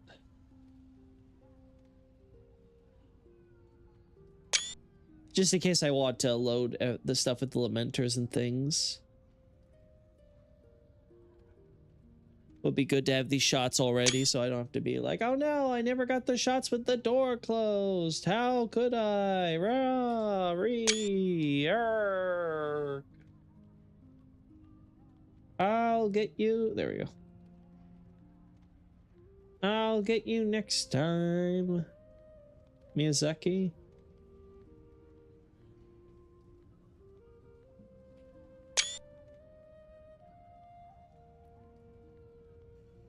But watch you reading anything good recently, Loki? Okay, actually, yes.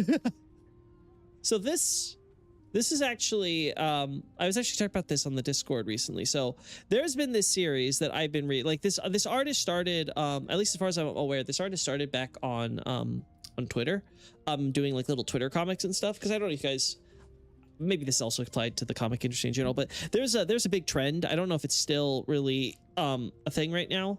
At least I haven't seen it as common, but there's a really big thing on, like, you know, manga artists, especially around COVID time, to like kind of like publish their manga on Twitter. They would do like little one shots or things, and those that would get popular, they would start like expanding or do so, right? And a lot of times series would get picked up for serialization because of that.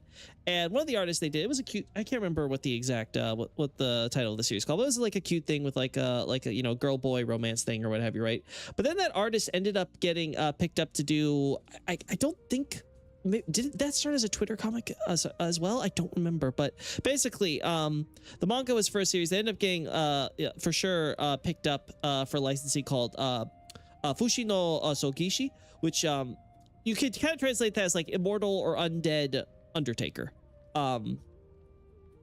Yeah.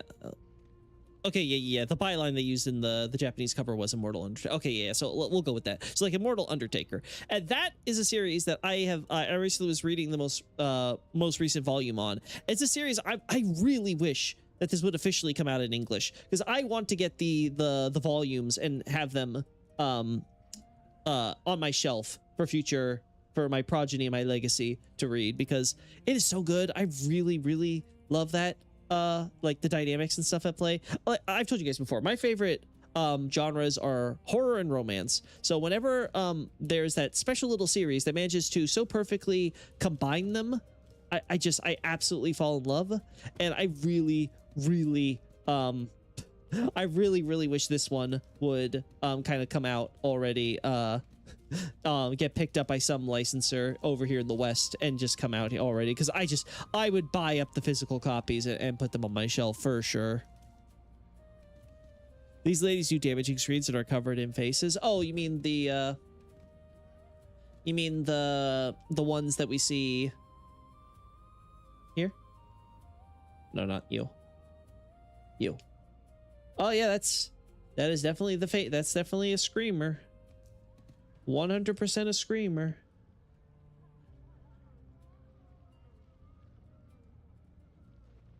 That is X.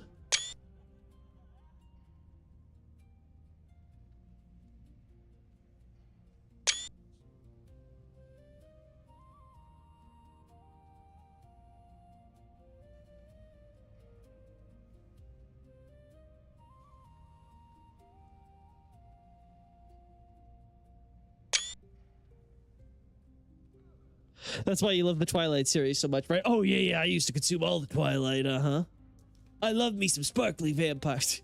Twilight's not horror. Twilight's just a lot tamer version of a lot of the books that are coming out and that are getting put out and advertised in Barnes and Noble's front section now, that I'm just like, really? Like, really?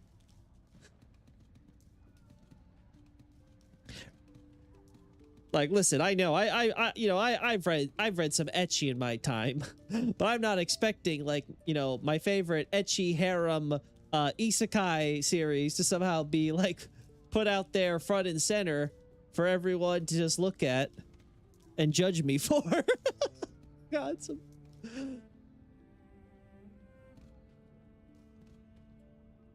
Lamenting for sure. But listen, you have to find the bliss in the lament.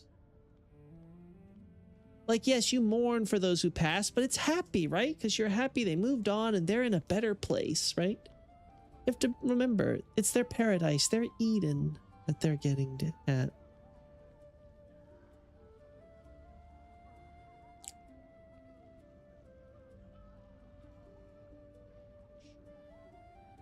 On our previous conversation about Grodius enemies, yeah, I can see this making it on the list for sure. I feel like though, if it came to Elden Ring, I think Ulcerated Tree Spirit might beat it for me. Obviously, there's the whole Pus of Man connection there, but there's just something about the way Ulcerated Tree Spirit looks to me, where it's tree, but it's almost flesh. Like, it's something very unsettling, I think, about that design. Like, I feel like if I saw that in real life, besides everything else about it, I would truly be horrified. No BS, I was told Twilight started its life as 50 Shades of Grey fan fiction. Yeah, I've heard that as well. 50 Shades of Grey is also pretty tame compared to some of the stuff they come out with now. I remember 50 Shades being so wildly popular, too, with women, right? Like, I remember that being like a super huge, crazy bestseller. I may be misremembering.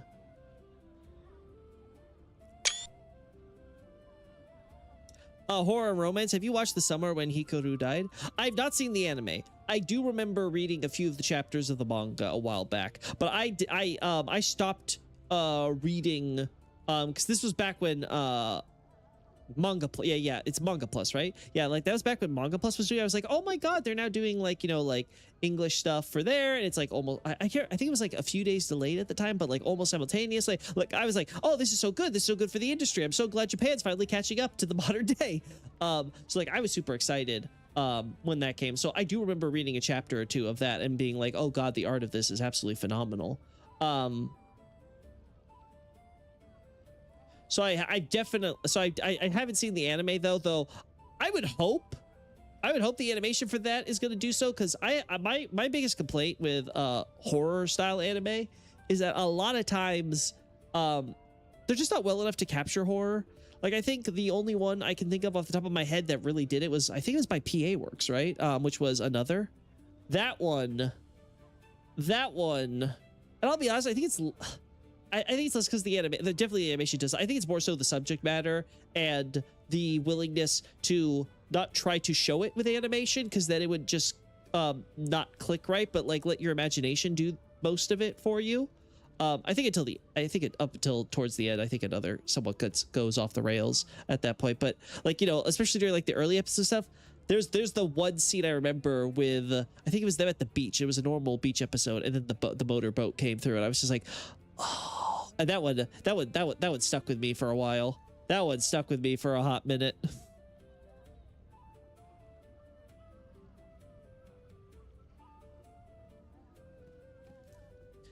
It's really good. Yeah, good. Because that's one of those series where, unlike what I'm talking about with like Another, that's something where like you have to show it and you have to make it look you just have to make it look effective, right? It has to unsettle you.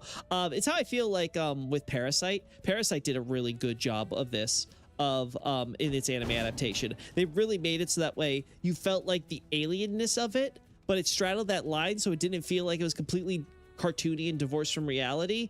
It just felt like you could really connect with the alienness despite it being animation. And then you combine that with, of course, what the subject matter of that one is, and oh boy. Granted, Parasite at times would kind of feel less horror-y and more fall into thriller territory, with like, you know, very typical like shonen, you know, action moments at times and stuff like that. Not to the same extent as other not the same extent as shonen, of course, but just kind of, you know, sometimes it would slip into that. But like when it snapped back to the horror stuff, it did phenomenal. Anyway, so my point is that I am so hopeful. Let me see what I got with my screenshots here while we do this. I'm so hopeful that yeah. Oh, cool. Yeah, that's actually neat. Yeah, because you see it there. Yeah, I think that's a better shot than I thought it would. All right, sorry, I keep getting distracted. Anyway, so the point is that Fushi no Sogishi, it's a very good manga, right? And it's one of those things where it's like, one, I just want other people to read it, so please get it licensed and brought over in English. And two, I want to make sure that it gets a physical edition so I can own it on my shelf and have it to show my grandkids and my great grandkids. I want it so badly. I just want to do it.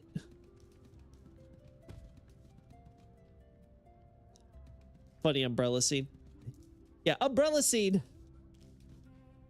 Umbrella scene works, I think, again, like I said, because it does the same thing where it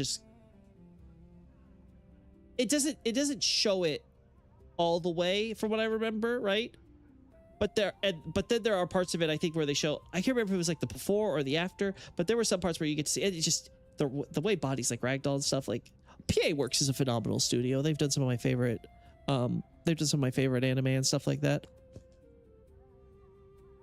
I'm still trying to get Asakara. Like, man, I feel so bad I didn't pick up those Blu-rays when they were first coming out by Aniplex, and now I'm like, damn. But anyway, enough of my bitching and moaning.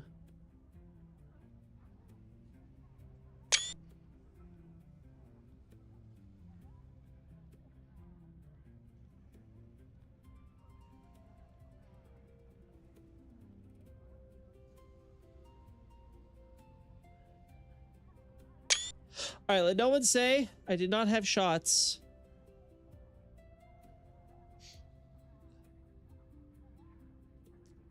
of this area. My future Loki, I know you. I know you're gonna bitch and moan and say that I should have taken more shots for you. But listen, it's one tiny chamber with a gate. You don't see it from most angles. It's fine. It's fine. What we got here is more than enough, I think. I don't think we need to set the world on fire over this, you know?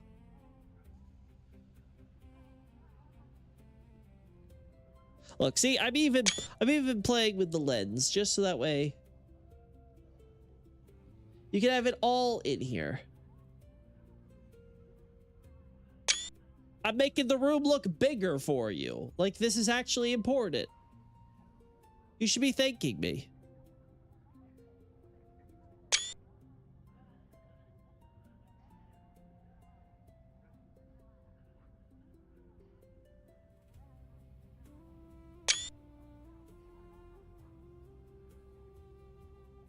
I really like this one.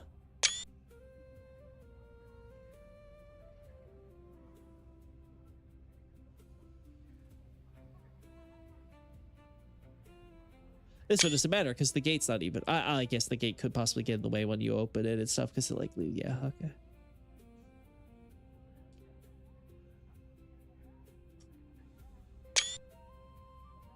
All right. I've done what I could. This time, chat. I don't even remember if I have the door. Yeah, okay, no, it's just locked. You don't get it from this chest, do you? No, okay. It's not over here. Is it here? Yeah, the chest is here.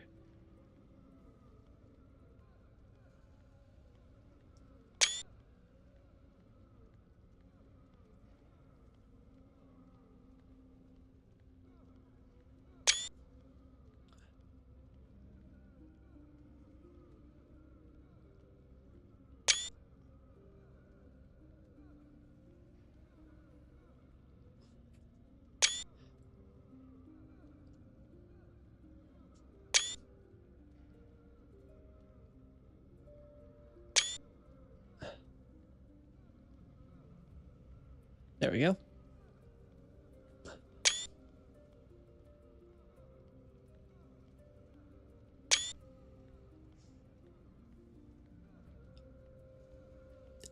Yeah, I really do wonder if the cold here is natural or not.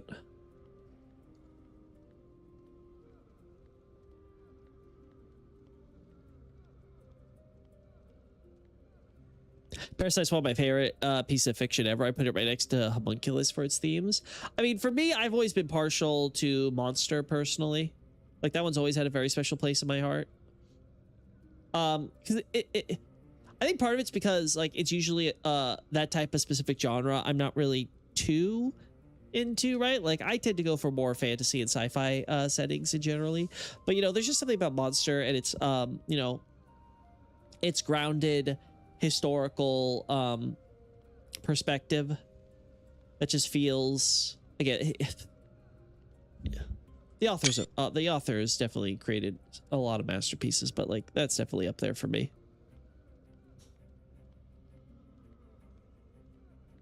This is where they stole all the heat from the forges. Could be. All right. I think we do this. Then we move on.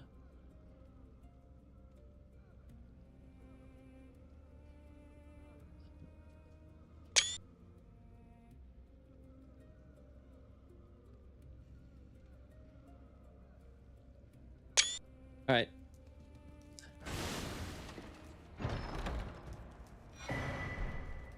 There we go.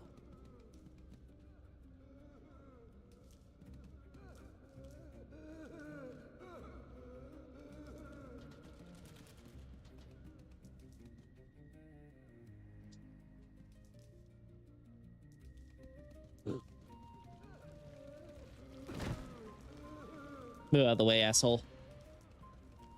There we go. All right, and now I will proceed to regret this in the future. Well, that's a future Loki problem. So we know that.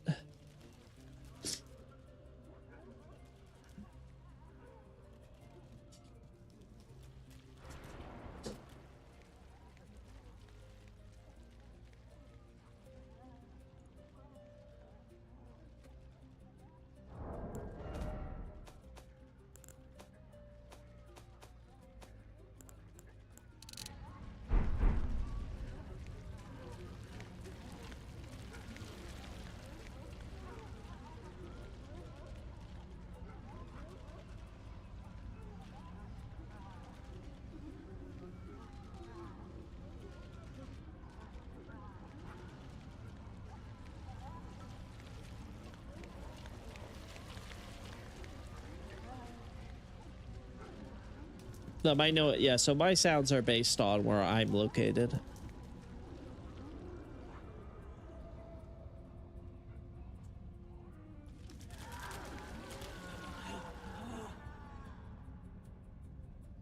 Uh-huh.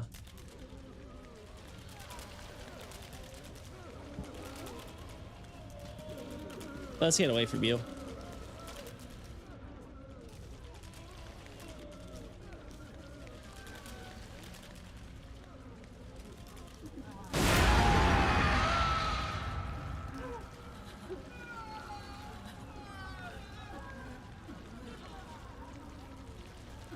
Man, I wish I was a jar. Why would you say that, I am?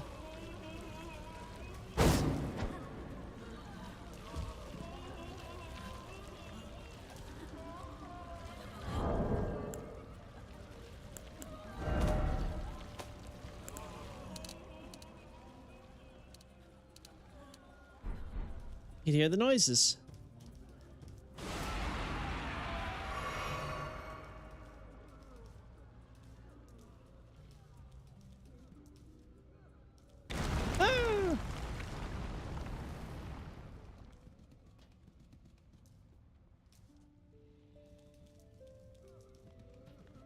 Ah! Uh-huh. Yeah, Call of Tibia. No shocker there.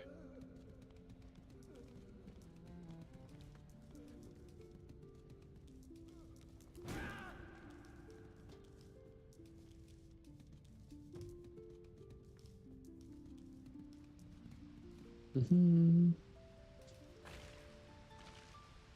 God, there are a lot of bodies. They're getting creative with the bones and stuff here too.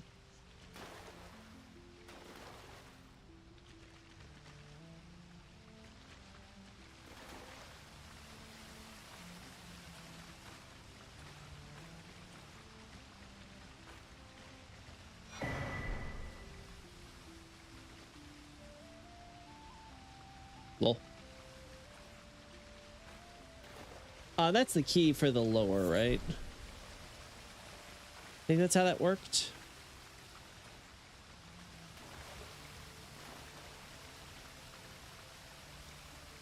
Why would a jar want to be human, Loki? Because it was once human, but now it is a jar, and it is human no more. And so it wishes for the thing it can no longer have.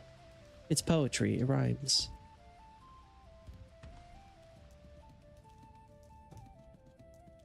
Ah. And you know what's also poetic? My death.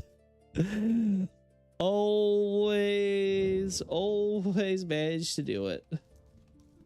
Every single time.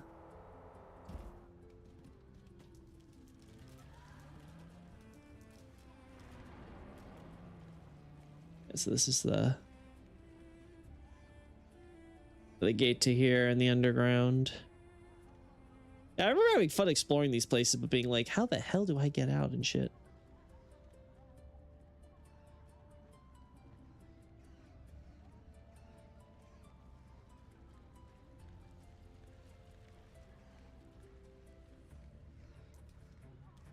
All right.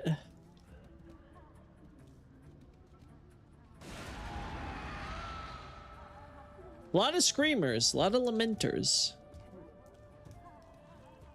This is the only place we see these guys, right?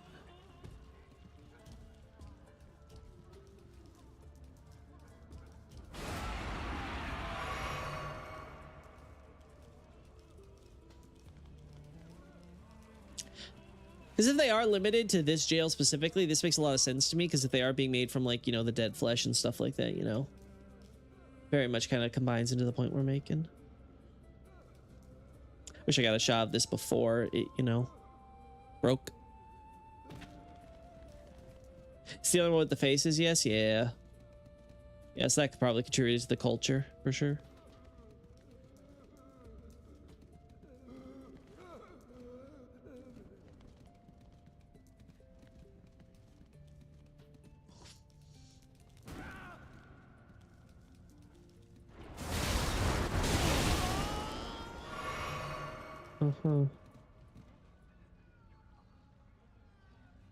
Yes, that's where we started.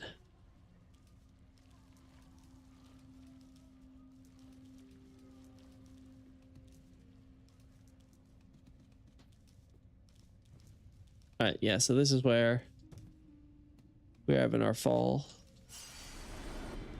Yeah.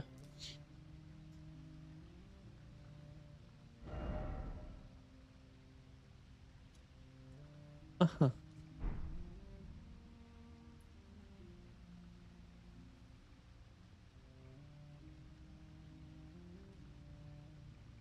You know, I'm surprised this isn't poisoned water on top of everything else, knowing Miyazaki.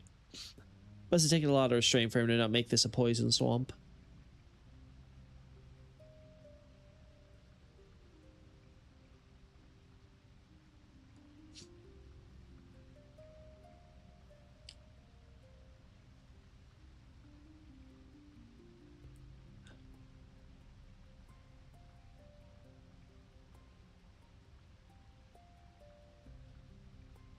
Okay, yeah, so that chamber is the one that takes us there. Okay.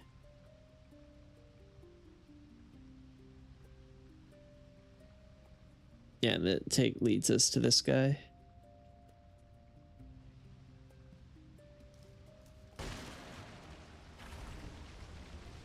Uh-huh.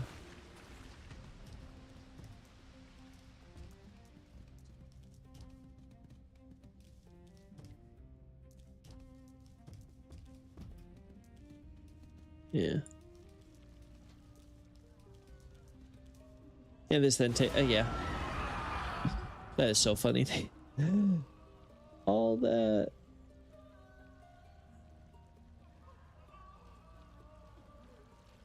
So what, like around here?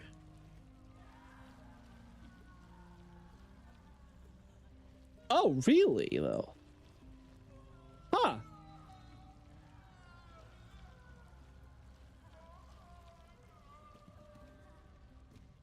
Really?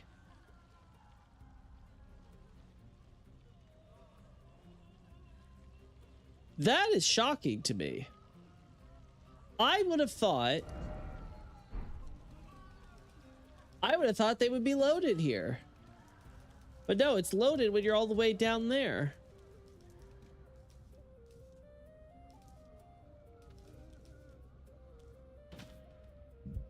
Can you even get over here?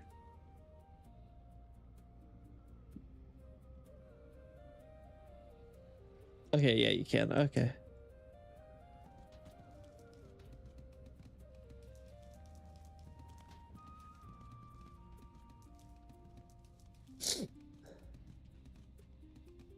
Not here though. Okay, it's another. Wait. Oh, of course. I thought that might be an illusory wall, but I was like, no, they wouldn't have illusory walls here. I wonder what's on those bodies then, because that probably would be implying they're trying to hide something.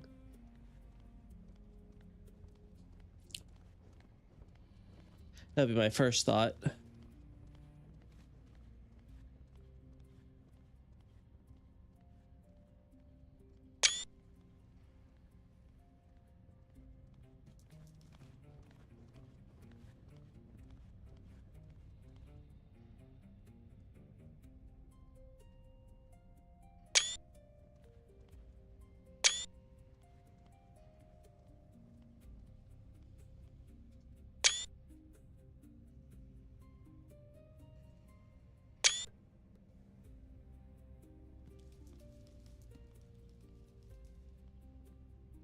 Oh my god.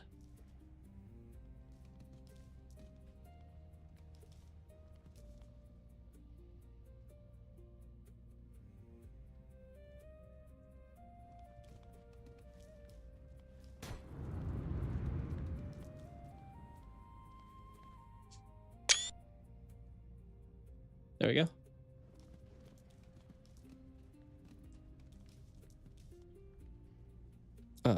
There we go. You never get a shot with that, of course.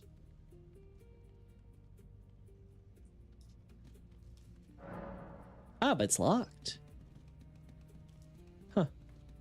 Everything in that key, huh?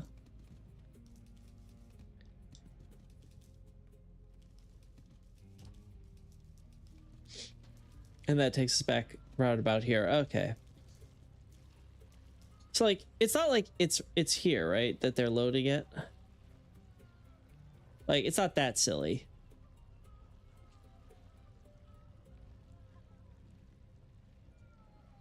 Oh my god, I am lost. I'm lost. I don't know where I'm going. Oh no, here it is. No, so yeah, it's you enter here, but no. What loads it in is like here. I guess it is pretty damn close, huh?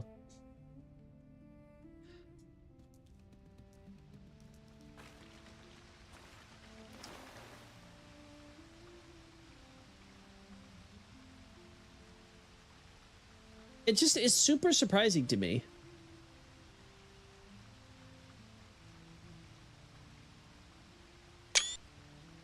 It's just super surprising to me too. They would load it when it's technically farther away from you being able to reach it, so it's like less meaningful. Like, it's not like there's like a hole or something where we could like spy the boss. What's the idea for the screenshots? Just looking around a bunch of different stuff. Tried to organize my my thoughts for some of the future Elden Ring topics and stuff like that. Acer and I have been talking a lot about Hornsent America and things of that nature and stuff like that for his commentary. Which again, I'm looking forward to when he's completed that. I'm really looking forward seeing how that turns out. Oh, is this unique? I don't remember ours.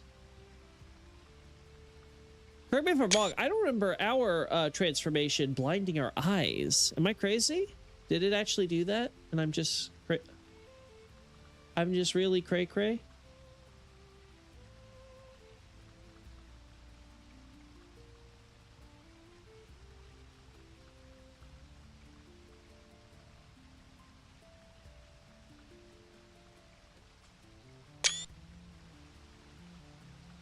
You're nuts. I guess I am. Yes, my character was always blind when I transformed. Yeah, I do not remember. I do not remember the blinding of the eyes.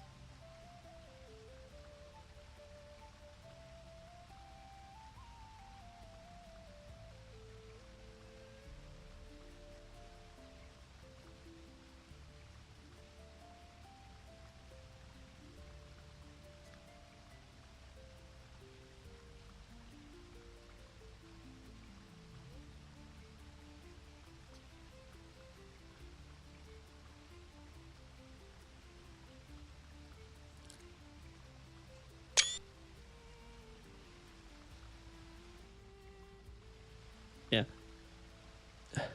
Lamenter's over jail, I think it's just kind of important to get across because like there's just so much, like I said, some of this history seems to tie into the shaman stuff and ultimately, of course, what goes on with you know, America's background. We have another example, a lot of bones in these chambers as well, which again emphasizing the amount of just the sheer amount of death done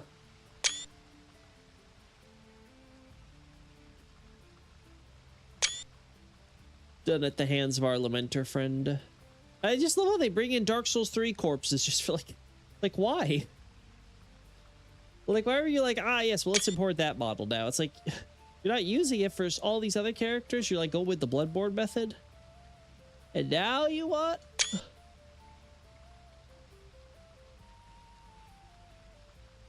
Now you want to use the DS3 stuff here for those corpses? Like, I don't get it, chat. I just don't get it.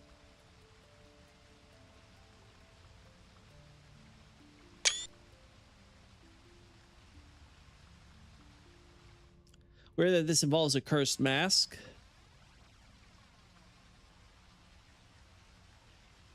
Well, for us, it definitely does. Do we get the cursed mask for beating this guy, right? Or was it the visage we get? I can't remember what items we get from defeating him. But either way, I assume he was always horn scent, though. So that I don't think is the weird part with him.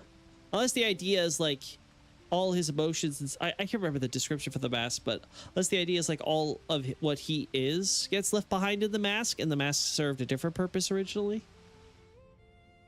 Both, I think. Oh.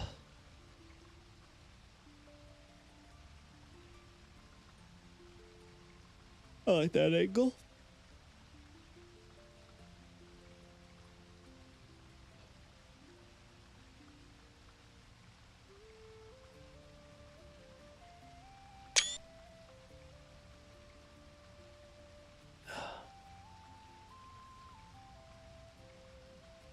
Not really impressed with this one.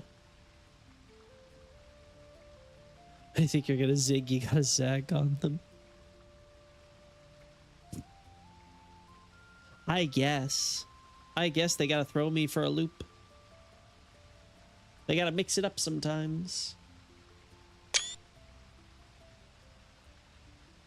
Also, the using the mask makes your head swell for some reason. I assume because of all the spirituality, right? Which produces the horns.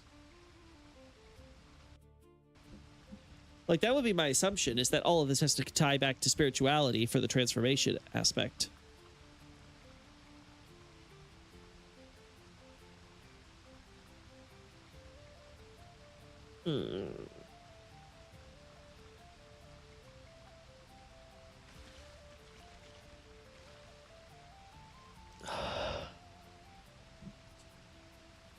Need to not disable my controller, thank you.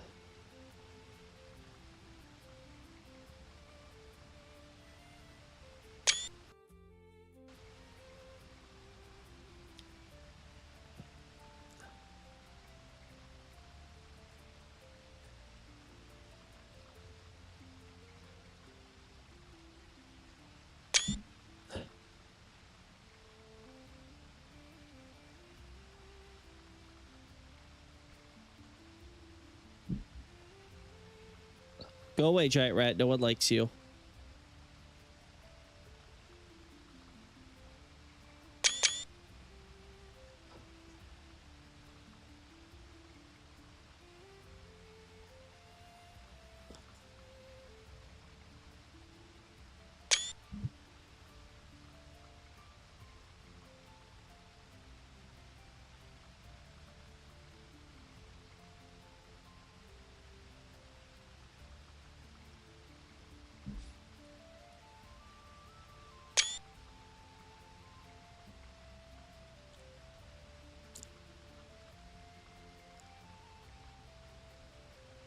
Also, unique death if you die to the special status effect for not killing the clones in time is a budge.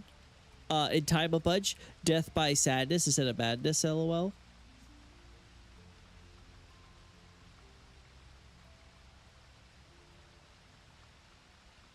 Like, do they actually like have a unique thing where like they say like, you know, I don't know, gone mad or something like that, felt a sadness or something?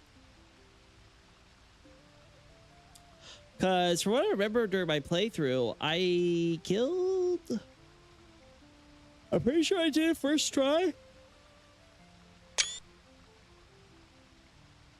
Like, I don't remember ever dying to the phase 2. Like, I felt like maybe I got close, but I never actually completed it. I managed to kill him in time.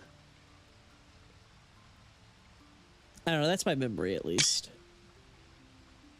Just an animation. Oh, okay. So instead of it doing like the frenzy animation, it's more like the boo-hoo, I'm sad animation. Gotcha.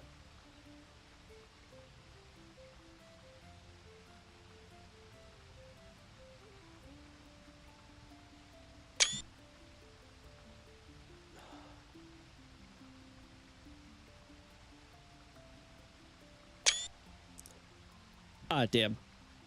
That's gonna have to get deleted.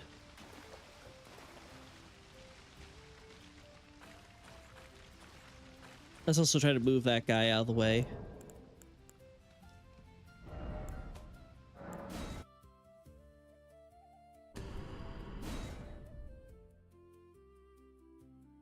Basically, if you miss the clones, each missed one spawns a small mask around your character, and enough of them instantly kills you. Ah.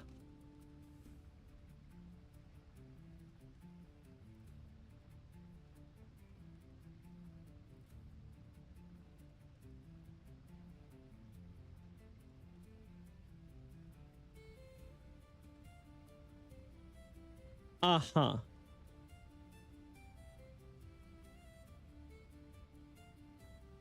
Wait, what?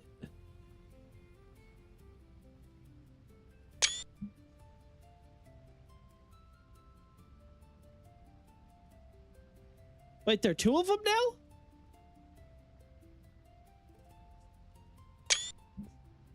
I am so confused.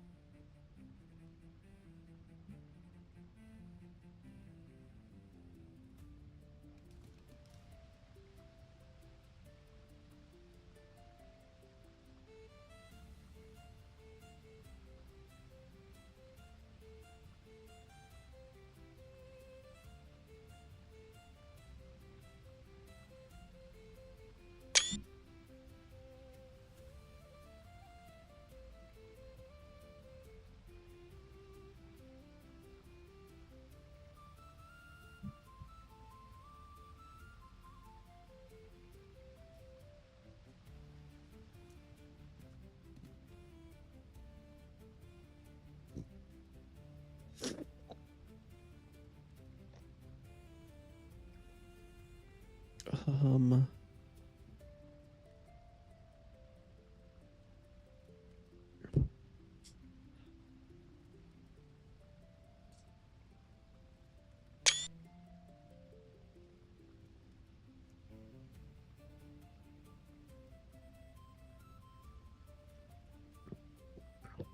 Yeah, something like this.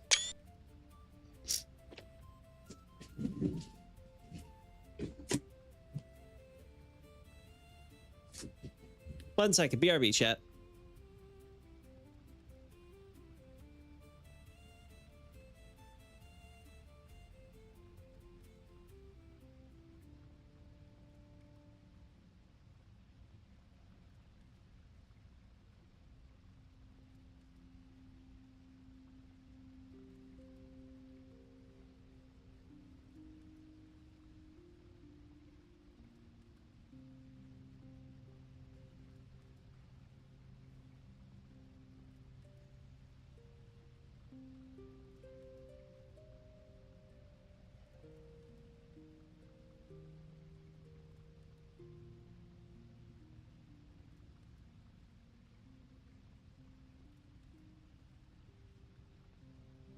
Sorry about that. Felt myself clogging up for some reason.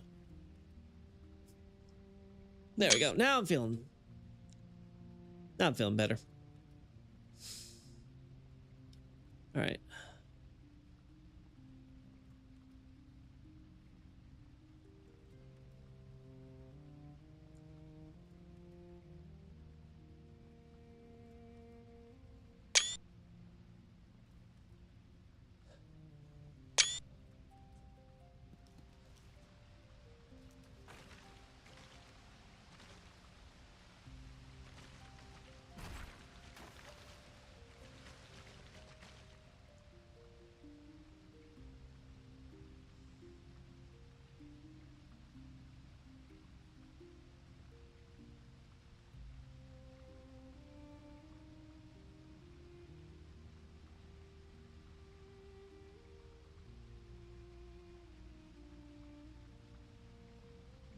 Something like that, right?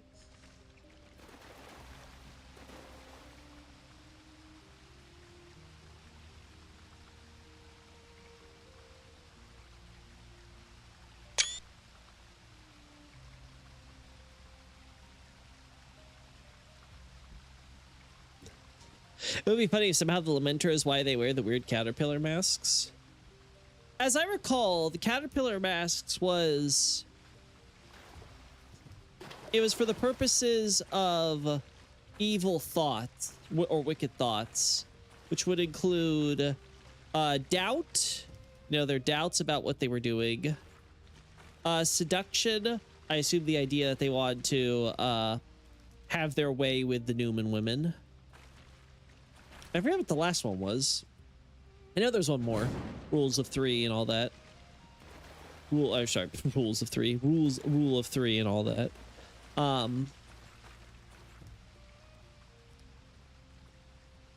Yeah, I do not remember off the top of my head.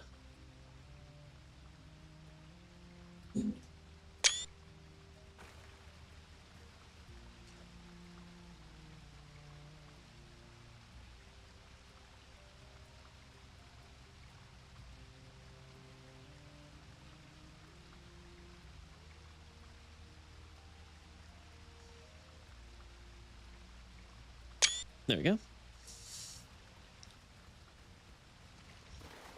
Yeah, corruption. Of course, this Kagane. How could I forget?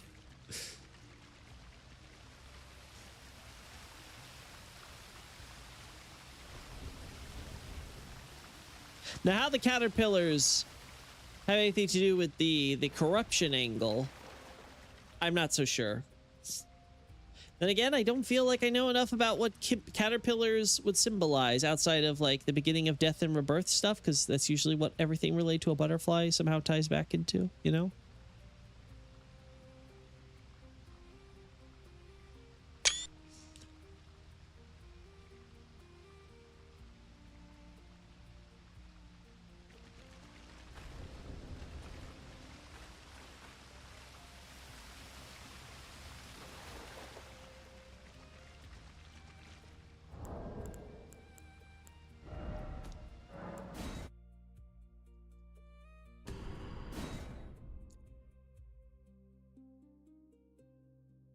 There we go.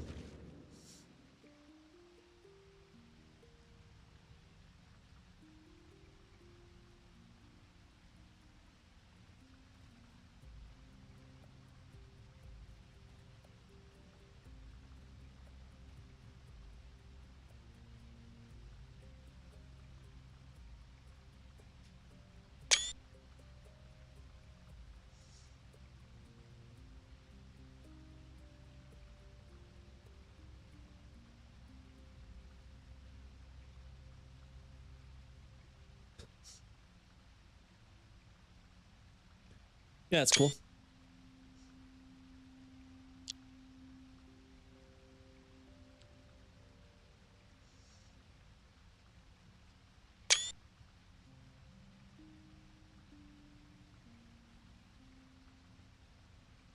All right.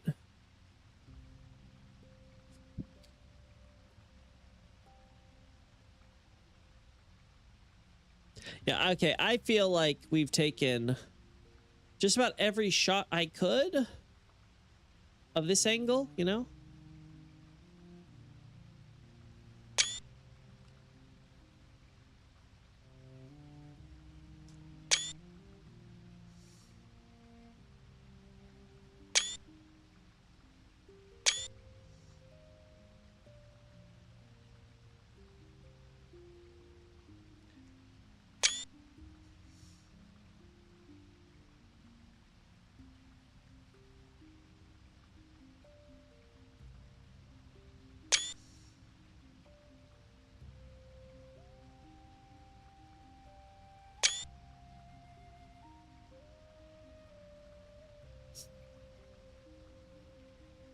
And also, that has anything to do with the Imperium butterflies. Yeah, if that has anything to do with the Imperium butterflies. Yeah, that's true.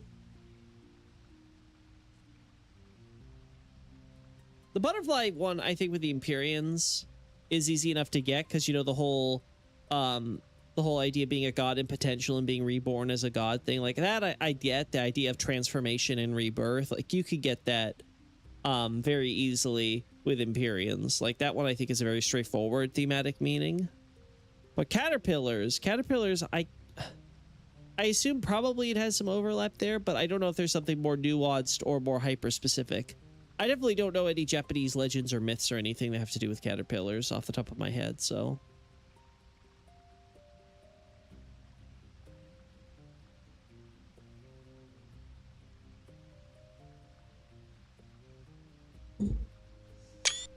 All right, chat, like I'm doing my best here, but I feel like we're at this point where we just kind of go.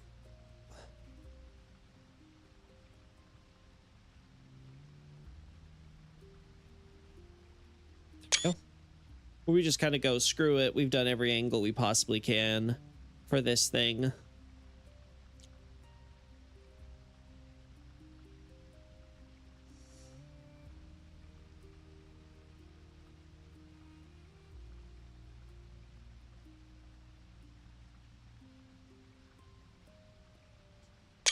There you go.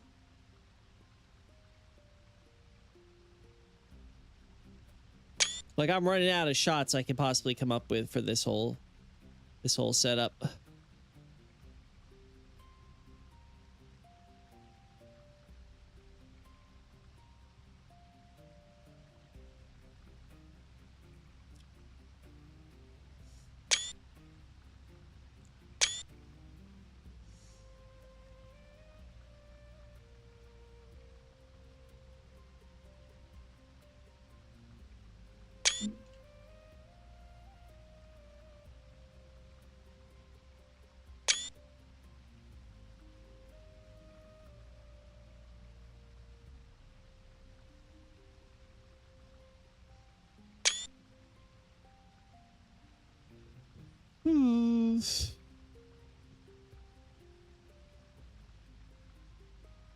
Yeah, I think we got it.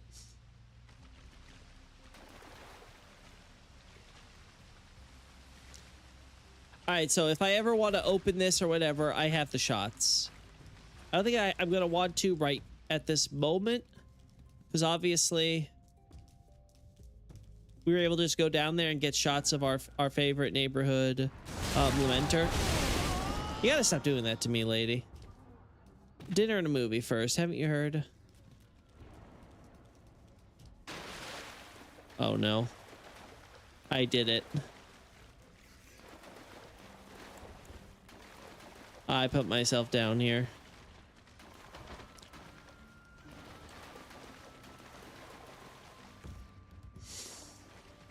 I put myself down here.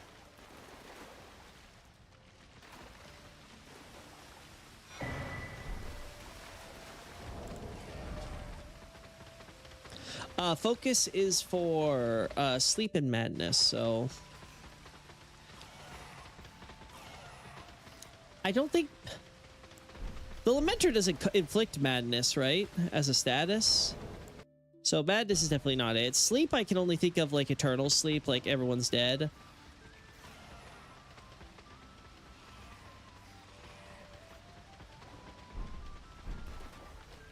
Otherwise, obviously the idea of their horns and primacy and elitism, blah, blah, blah.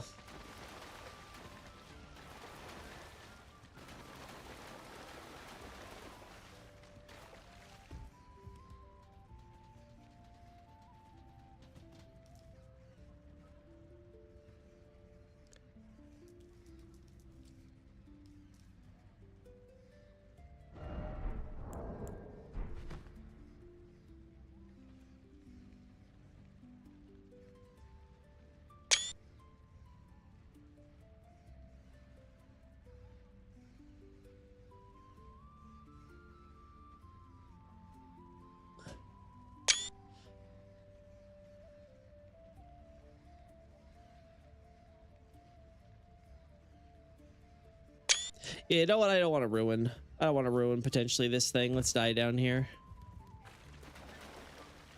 I will accept death.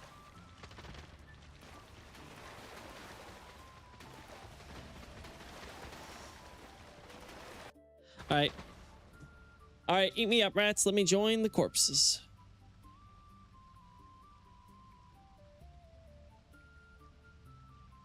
There we go.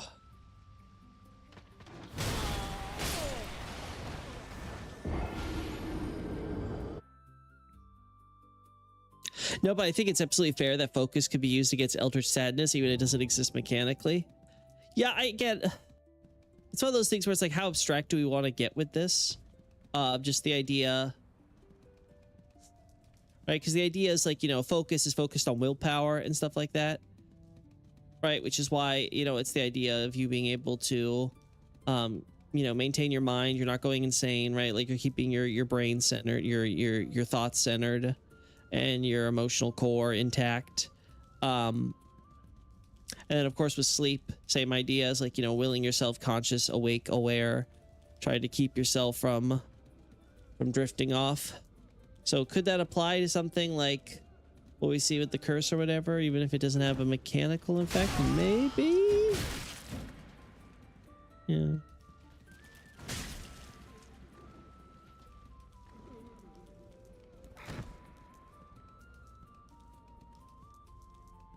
There we go.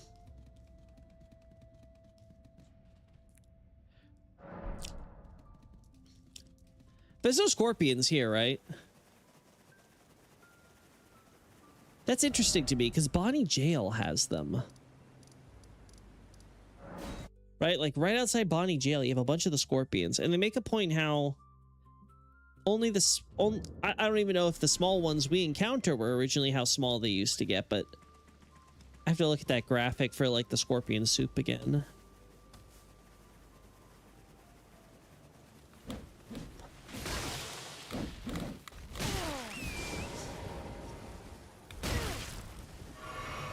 The only thing I can think of is maybe these would have been brought over from the shaman village. Like these would have been like the pets of the shamans. And like obviously Hornsent kind of relinquished them, and maybe you could argue repurpose them. Maybe that would be the idea. But that's the only thing I can think of, because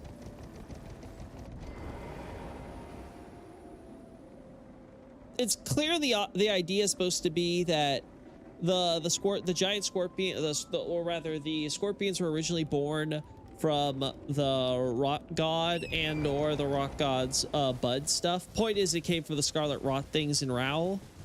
And then of course they slowly evolved smaller and smaller, probably in absence of the rock god's power and stuff proliferating, right? And then eventually became small things that the Hornsent would eat as a delicacy. But you could still make the case then that maybe there are some surviving large species that managed to maintain that because of the shamans or something. It's just their culinary livestock going feral, obviously. Yeah, again, for me, it's specifically the point of the size that bugs me on this. Because again, it's not like we see these guys everywhere. Like, again, I'm pretty sure, like,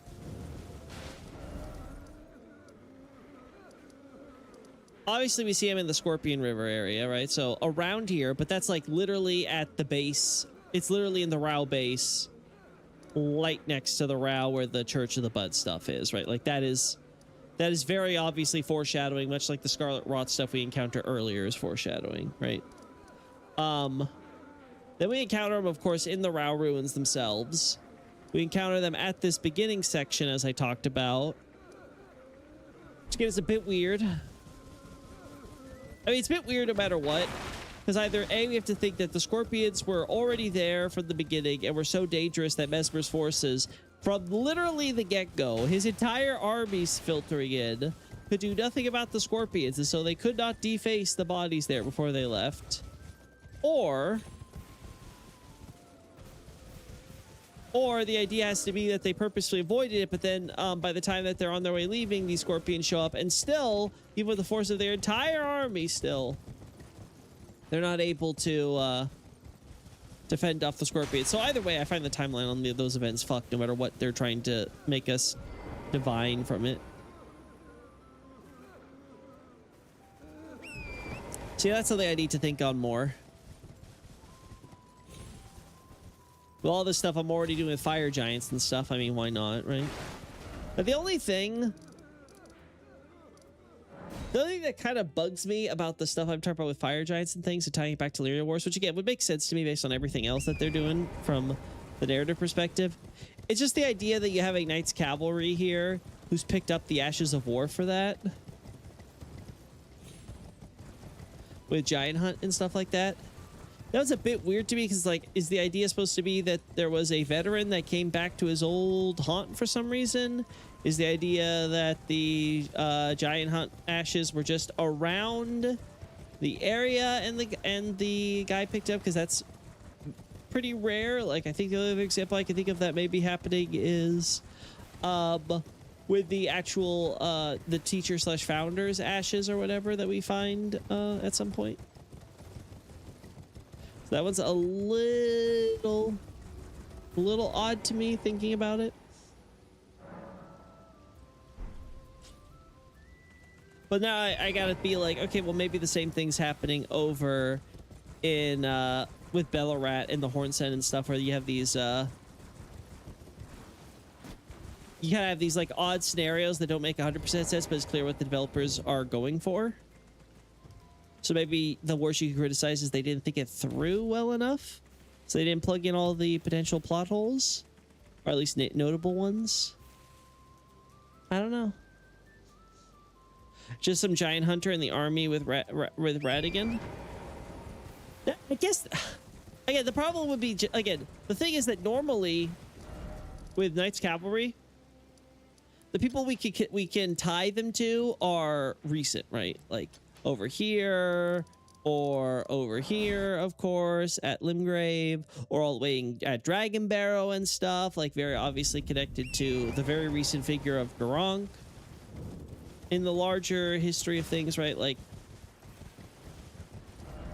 it's just weird that this late in the timeline, we have ashes of a giant hunt that are, of course, here in the area or whatever. Like maybe Knights Cavalry has a particular reason to want to be attached to it or whatever because of the Kaiden connection or something. I don't know. But just a little weird to me that the ashes are there, but the Knights Cavalry isn't responsible for possibly facing and killing the person, right?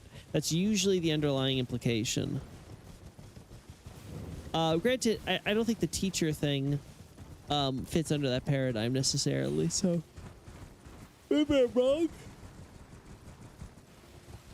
Miyazaki has at least a handful of instances where they were mixing it up. Anyway, though, with all this yawning and everything, though, Chad, I think it's time I think we've had a good long stream of me like going around like really brainstorming and stuff. Like I said, Astrologers is getting close, really close now, so buckling down, making sure I get these sections all done, and I think a first draft won't be that far, and then after that it's just the redrafting, which again shouldn't be that difficult, although the topic is relatively long. It's pretty, and of course dense. I think it's still very simple and straightforward, so I think it should be easy for me on the redrafting side, all things considered. But again, that's for future Loki to find out. Until next time, later, bye bye.